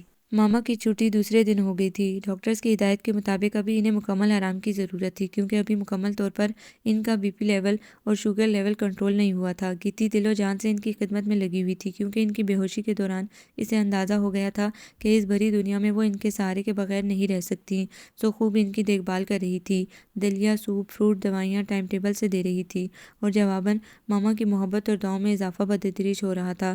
اسے آفس سے آج بہت دیر ہو گئی تھی۔ ہر سو پھیلا سناٹا بتا رہا تھا کہ ملازم اپنے کوارٹرز میں چلے گئے ہیں اور ماما بھی سو گئی ہوں گی۔ ایک نظر انہیں دیکھنے کے لیے وہ آہستگی سے کمرے کی طرف بڑھا تھا۔ دروازہ لاک نہیں تھا، ہلکے سے دباؤ ڈالنے سے کھل گیا تھا۔ وہ دبے قدموں سے اندر چلا آیا۔ سامنے بیڈ پر ماما بے خبر سو رہی تھی۔ ان کے چہرے کی سرخی اور سکون بتا رہا تھا کہ وہ تیزی سے صحتیاب ہو رہی ہیں۔ اس کے اندر اطمینان اترتا چلا گیا۔ ماما سے ہوتی ہوئی اس کی نگاہ بیڈ کے قریب رکھی کرسی پر سوتی گیتی پر ٹک گئی۔ وہ کوئی رسالہ پڑھتے پڑھتے سو گئی تھی، جو نیچے کارپیٹ پر گرا پڑا تھا۔ سی گرین سوٹ میں اس کی رنگت دمک رہی تھی۔ دایاں ہاتھ نیچے لٹکا ہوا تھا، سیاہ دراز بالوں کی چوٹی آگے دائیں جانب پڑی تھی۔ وہ خاصی گہری نیند میں تھی۔ دایان کی نگاہیں سیاہ ریشمی جھالروں کے اس جنگل پر تھیں جو اس کے سفید عارضوں پر جھکا ہوا تھا۔ اس نے حقیقت میں کسی لڑکی کی اتنی گھنی اور دراز پلکیں نہیں دیکھی تھیں۔ وہ مبہوت رہ گیا۔ دل میں کہیں خواہش مچلی تھی انہیں چھونے کی۔ اس نے خود کو سرزنش کی اور باہر جانے کے لیے قدم اٹھایا ہی تھا کہ مان وہ چونک کر اٹھ گئی۔ آپ، اس نے جلدی سے دوپٹہ سر پر اوڑھتے ہوئے کہا۔ ہاں، میں ابھی ابھی آیا تھا ماما کو دیکھنے۔ ماما سو رہی تھی، اسی لیے میں واپس جا رہا تھا۔ اسے وضاحت سے چڑ تھی، مگر اس وقت بڑے شوق سے ناپسندیدہ کام کر رہا تھا۔ شاید جب کبھی کوئی چوری کرتا ہے تو وضاحتیں خود بخود لہجوں میں در آتی ہیں۔ آج آپ اپنے کمرے میں جا کر سو جائیں، ماما کے پاس میں ہوں۔ اس کو کچھ حیران دیکھ کر دایا نے خود کو سنبھال کر اعتماد سے کہا، میں سو جاؤں گی، دراصل میں نے سر کی درد کی ٹیبلٹ کھائی تھی، شاید اسی وجہ سے میگزین پڑھتے پڑھتے کسی لمحے میں سو گئی تھی، ورنہ میں کمرہ اندر سے لاک کر کے سوتی ہوں۔ وہ اس کے اصرار کو اپنی غفلت سمجھی تھی۔ میرا یہ مقصد نہیں تھا۔ اس کے انداز میں نرمی اور حلاوت اتر آئی تھی۔ ماما کی کیئر تم نے بہت اچھی طرح کی ہے، اتنی بیسٹ تو میں اور صبا بھی نہیں کر سکتے تھے تمہارے۔ میرا مطلب ہے آپ کے سر میں درد بھی ہے، جا کر اپنے کمرے میں سو جائیں، کچھ فرض مجھے بھی نبھانے دیں۔ احساس بدلے تھے تو انداز بھی بدل گئے تھے۔ ماما نے صحت مند ہوتے ہی دوبارہ سے صبا اور اس کے بچے کی آمد کی تیاریاں شروع کر دی تھیں، لیکن اس بار دایا نے ہرگز بھی انہیں بازار جانے کی اجازت نہ دی تھی۔ زری گل، میں نے تمہیں کتنے عرصے سے ایک کام کرنے کا کہہ رکھا ہے، تم نے آج تک مجھے جواب نہیں دیا۔ موقع دے کر وہ زری گل کے کوارٹر میں چلی آئی تھی۔ بی بی جی، بہت کوشش کیا ہے، مگر آپ جیسی پڑھی لکھی لڑکی کے واسطے کوئی اچھی ملازمت نہیں ملتا۔ ہم روز جاتا ہے کہیں نہ کہیں۔ تم میری تعلیم نہیں دیکھو، مجھے نوکری چاہیے کسی اچھے اور شریف گھر میں، جہاں مجھے تنخواہ نہیں، صرف سر چھپانے کے لیے ایک چھت اور پیٹ کی آگ بجھانے کے لیے روٹی چاہیے۔ وہ چارپائی پر بیٹھ کر آزردگی سے بولی۔ اچھا بی بی، ہم ایسا نوکری ڈھونڈے گا، لیکن ماما اور دایان صاحب کو بالکل معلوم نہیں ہونا چاہیے، نہ ابھی اور نہ بعد میں۔ معلوم ہے بی بی، یہ آپ نے پہلے بھی کہا تھا، مگر بیگم صاحب آپ کو بالکل بیٹی کی طرح چاہتا ہے، پھر آپ کیوں اس طرح سب کو چھوڑ کر جانا چاہتا ہے؟ گلزری پیاز کاٹتے ہوئے حیرانی اور تجسس سے بولی۔ ہر سوال کا جواب نہیں دیا جاتا گل، ایسی باتیں وقت آنے پر خود معلوم ہو جاتی ہیں، تمہیں بھی اپنے سوال کا جواب مل جائے گا۔ گلزری کو وہ تاکید کر کے چلی آئی تھی۔ اس دن دایان کی باتیں سننے کے بعد اس نے فیصلہ کر لیا تھا کہ وہ سچ کہہ رہا ہے۔ کسی کے گھر میں کب تک وہ اس طرح رہ سکتی ہے؟ آج نہیں تو کل اسے وہاں سے نکلنا ہی تھا۔ سونیا نے بلا سوچے سمجھے، بلا تصدیق کیے فسانہ بنا ڈالا تھا، اور ایک شخص کو ہمیشہ کے لیے دلی مسرتوں سے دستبردار ہونا پڑا تھا۔ آئندہ آنے والی کوئی بھی لڑکی جو بہو بن کر آئے گی، وہ کبھی بھی اس کا وجود برداشت نہیں کرے گی۔ خود دایان کے لہجے اور آنکھوں میں اس نے اپنے لیے شدید نفرت دیکھی تھی، جس کے لیے وہ اسے حق بجانب سمجھتی تھی۔ اس بیچارے کو نیکی بھاری پڑی تھی۔ اس دن اس نے سوچ لیا تھا کہ وہ بہت خاموشی سے اس گھر سے نکل جائے گی۔ رات پنڈی سے کال آئی تھی، صبا پیاری سی بیٹی کی ماں بن گئی تھی۔ اس خبر سے ماما اور دیان کے چہرے پر اس نے حقیقی مسرت کی چمک دیکھی تھی۔ انہوں نے فوراً ہی جانے کی تیاری شروع کر دی تھی۔ ماما میں گھر پر رک جاؤں گی، آخر یہاں بھی تو کوئی موجود رہنا چاہیے، انہیں تسلی دینے کے لیے اس نے بہانہ کیا تھا۔ ساتھ چلتی تو اچھا تھا، وہاں سب سے تعارف کروا دیتی۔ خیر اگر تم بعد میں جانا چاہتی ہو تو بعد میں چلی جانا، دانی یہی ہے، وہ بھی بعد میں جائے گا، تم فکر مت کرنا، میں بہت جلد واپس آ جاؤں گی۔ جاتے وقت اپنے سینے سے لگا کر اسے انہوں نے سمجھایا۔ دایان انہیں ایئرپورٹ چھوڑنے گیا تھا۔ اس نے چادر اوڑھ کر مین گیٹ پر تالا ڈالا اور زری گل کے ہمراہ مسز یعقوب کے ہاں روانہ ہو گئی، جہاں گل اس کی ملازمت کی بات کر کے آئی تھی۔ مسز یعقوب ٹانگوں سے معذور تھیں اور انہیں ایسی ملازمت کی تلاش تھی جو مستقل ان کے ہمراہ وقت گزارے۔ گھر میں موجود بہوؤں بیٹیوں کی بے حسی اور بے توجہی کی انہیں ازحد شکایت تھی اور ہمہ وقت اپنا پوشن ان کی طرف سے لاک رکھ کر سکون محسوس کرتی تھیں۔ گیتی سے انہوں نے تفتیش کے انداز میں انٹرویو لیا تھا اور ابھی سے ہی نوکری جوائن کرنے کا حکم دیا تھا۔ گیتی آرا نے انہیں فرضی کہانی سنا کر مطمئن کر دیا تھا۔ حقیقت بتاتے ہوئے وہ یوں خوفزدہ تھی کہ کہیں وہ اسے ملازمت دینے سے انکار نہ کر دیں۔ دیان ماما کو ایئرپورٹ چھوڑنے کے بعد آفس چلا گیا تھا۔ آفس سے واپسی پر گھر میں پھیلے سناٹوں سے اسے محسوس ہوا کہ گیتی موجود نہیں ہے۔ ایک سرسری سی نگاہ اس نے لاؤنج اور لیونگ روم میں ڈالی تھی مگر وہ وہاں نہ تھی، اور یہ سوچتا ہوا اپنے کمرے میں چلا گیا کہ وہ اپنے کمرے میں ہوگی۔ جب فریش ہو کر اپنے کمرے سے باہر آیا تو گلزری کو اپنا منتظر پایا۔ صاحب کھانا لگا دوں؟ وہ مؤدب انداز میں بولی۔ گیتی کہاں ہے؟ کافی عرصے سے یہ ڈیوٹی اس نے اپنے ذمہ لے لی تھی۔ اس کی غیر موجودگی اور گلزری کی موجودگی نے اسے چونکا دیا تھا۔ صاحب وہ گھر چھوڑ کر چلی گئی۔ وٹ گھر چھوڑ کر چلی گئی؟ کہاں؟ اسے قدموں تلے زمین کھسکتی ہوئی محسوس ہوئی۔ معلوم نہیں صاحب۔ گلزری کی بوکھلاہٹ نے اسے مشکوک کر ڈالا۔ تمہیں معلوم ہے؟ جلدی بتاؤ۔ اس کی ایک گھڑی نے گل کو کانپنے پر مجبور کر دیا تھا۔ وہ صاحب میں نے ان سے وعدہ کیا ہے نا بتانے کا۔ اوکے میں پولیس کو بلواتا ہوں، وہ خود معلوم کر لیں گے تم سے۔ اس کی دھمکی کارگر ثابت ہوئی۔ اس کی کار گلشن اقبال کی جانب دوڑ رہی تھی۔ آدھے گھنٹے بعد وہ ازحد ناراض سی اس کے برابر بیٹھی تھی۔ ماما کی محبت اور اعتماد کا یہ صلہ دیا تم نے ان کے گھر سے جاتے ہی خود بھی بھاگ لیں اور ملازمت بھی تلاش کر لی۔ کار ڈرائیو کرتے ہوئے اس کا لہجہ درست تھا۔ جملہ درست کریں اپنا، میں بھاگی نہیں ہوں، میرا اس طرح گھر چھوڑ دینا ہی بہتر تھا۔ ماما کبھی بھی یہ برداشت نہیں کرتی اور ان کے سامنے میں بھی کمزور ہی رہتی، اور پھر میرا یہ فیصلہ آپ کے لیے بھی بہتر ہے۔ ایک مرتبہ میری وجہ سے آپ نے کتنا صدمہ، کس قدر دکھ اٹھایا ہے، بہت احساس ہے میرے دکھ کا۔ ایک نگاہ اس کی طرف ڈالی۔ گلابی رخساروں پر جھکی سیاہ پلکوں پر سفید موتی چمکتے خاصے دل فریب لگ رہے تھے۔ ہاں یہ احساس مجھے بے سکون رکھتا ہے کہ میری ذات نے آپ کو ہمیشہ کے لیے محرومی بخش دی۔ کاش میں یہاں نہ آئی ہوتی۔ یا مت کہو ایسا کہ ایک چراغ بجھتا ہے تو سو جل جاتے ہیں، یہ حقیقت ہے۔ سونیا سے میں نے محبت کی اور آج بھی کرتا ہوں، مگر ہمارا ملن ہو جاتا تو ہم زیادہ دن ساتھ نہیں رہ سکتے تھے۔ آج وہ بالکل بدلا ہوا تھا، اس کی ضد، بد مزاجی اور اکڑ پن کی ذرا سی رمق بھی موجود نہ تھی۔ میں گھر واپس جانا نہیں چاہتی، اور یہ بات آپ اچھی طرح جانتے ہیں کہ بے سہارا اجنبی لڑکی آپ کے گھر میں کس طرح رک سکتی ہے۔ لوگ تو عزت اچھال دیا کرتے ہیں۔ اب تم اجنبی اور بے سہارا کہاں رہی ہو؟ ماما نے تمہیں اپنا تسلیم کر لیا ہے، اور اگر تمہیں کوئی اعتراض نہ ہو تو زندگی کے سفر میں مجھے تم جیسی باوفا، ذمہ دار، پرخلوص اور باہمت شریک سفر کی ضرورت ہے۔ کیا تم میرا ساتھ قبول کرو گی؟ دھیمے لہجے میں اس نے اپنا مدعا بیان کیا تھا۔ آپ کیا کہہ رہے ہیں؟ اس نے بوکھلا کر اس کی طرف دیکھا۔ بلیک پینٹ میرون شرٹ میں اس کے وجیح چہرے پر سنجیدگی تھی۔ وہی جو تم نے سنا۔ تم سوچ رہی ہوگی کہ یہ کیسا احمق یا بے وفا شخص ہے جو ابھی سونیا کی محبت کا اقرار کر رہا تھا اور اب شادی کے لیے پروپوزل دے رہا ہے۔ نہ میں ہرجائی ہوں اور نہ ہی احمق ہوں، میں حقیقت پسند ہوں۔ دراصل بات یہ ہے، میں ماما اور صبا کو اپنی زندگی کا لازمی جزو سمجھتا ہوں۔ صبا کے فرض کی ادائیگی کے بعد ماما اور زیادہ مجھے عزیز ہو گئی ہیں، اور تم نے جس طرح بے غرض طریقے سے اس گھر کو سنبھالا، ماما کی تیمارداری کی، صبا کے سلسلے میں تمام تیاریاں کی، مجھے محسوس ہوا کہ ماما تم جیسی لڑکی کو ہی بہو کے روپ میں دیکھنا چاہ رہی تھیں، اور ان کی خواہش بھی یہی ہے۔ آپ مجھے غلط سمجھ رہے ہیں دیان صاحب، جو کچھ میں نے کیا وہ میری تربیت، میرے مزاج کا حصہ ہے۔ میں نے ایسا ہرگز نہیں چاہا، اور رشتے ہمیشہ برابری کی بنیاد پر استوار کیے جاتے ہیں۔ میں تو بہت بے مایہ اور بے حیثیت لڑکی ہوں، آپ کے قابل ہرگز نہیں۔ جس لڑکی کو ماما پسند کریں وہ کبھی بھی بے حیثیت و کم تر نہیں ہو سکتی گیتی، یہ ماما کی ہی نہیں میری بھی خواہش ہے۔ اس نے پارک کے سائڈ میں گھنے درختوں کی چھاؤں میں کار روک دی تھی اور گیتی کی طرف دیکھتے ہوئے دھیمی مسکراہٹ سے کہہ رہا تھا، مجھے اعتراف ہے سونیا میری پہلی محبت ہے، لیکن میں ذرا پریکٹیکل بندہ ہوں، محبت کو روک نہیں بنا سکتا۔ سونیا کی محبت شاید کبھی بھول جاؤں، بشرط یہ کہ تم جیسی لڑکی ساتھ دے تو۔ اس نے جو کر اس کی آنکھوں میں جھانکا تو وہ گڑبڑا کر رہ گئی۔ گیتی، میں تمہارا احترام کرتا ہوں، بہت عزت ہے میری نگاہوں میں تمہاری، اور میں کوشش کروں گا تمہیں ہمیشہ خوش رکھنے کی، لیکن مجھے سونیا کی محبت کے حصار سے نکلنے میں خاصا وقت لگے گا۔ ایک صبر آزما مرحلہ تمہیں طے کرنا پڑے گا، مگر یقین رکھو فتح تمہارا نصیب بنے گی۔ تمہارا صبر، برداشت اور استقامت ہی مجھ سے ایک دن کہلوائے گی کہ سونیا پہلی محبت تھی اور گیتی آرا آخری اور کامیاب محبت۔ دیان کی آنکھوں میں ٹوٹی کرچیوں کا عکس تھا، لبوں پر پرعزم مسکراہٹ۔ گیتی نے سوچا، خوش نصیبی دروازے پر ایک بار دستک دیتی ہے اور ٹھہرتی نہیں۔ دانش مندی یہی تھی کہ جڑ دروازہ واہ کر کے اس کا دامن ہمیشہ کے لیے پکڑ لے۔ اسے یقین تھا وہ ٹوٹا بکھرا شخص بہترین ساتھی ثابت ہوگا۔ اس نے مسکرا کر اس کے پھیلے ہوئے ہاتھ پر اپنا نازک ہاتھ رکھ دیا۔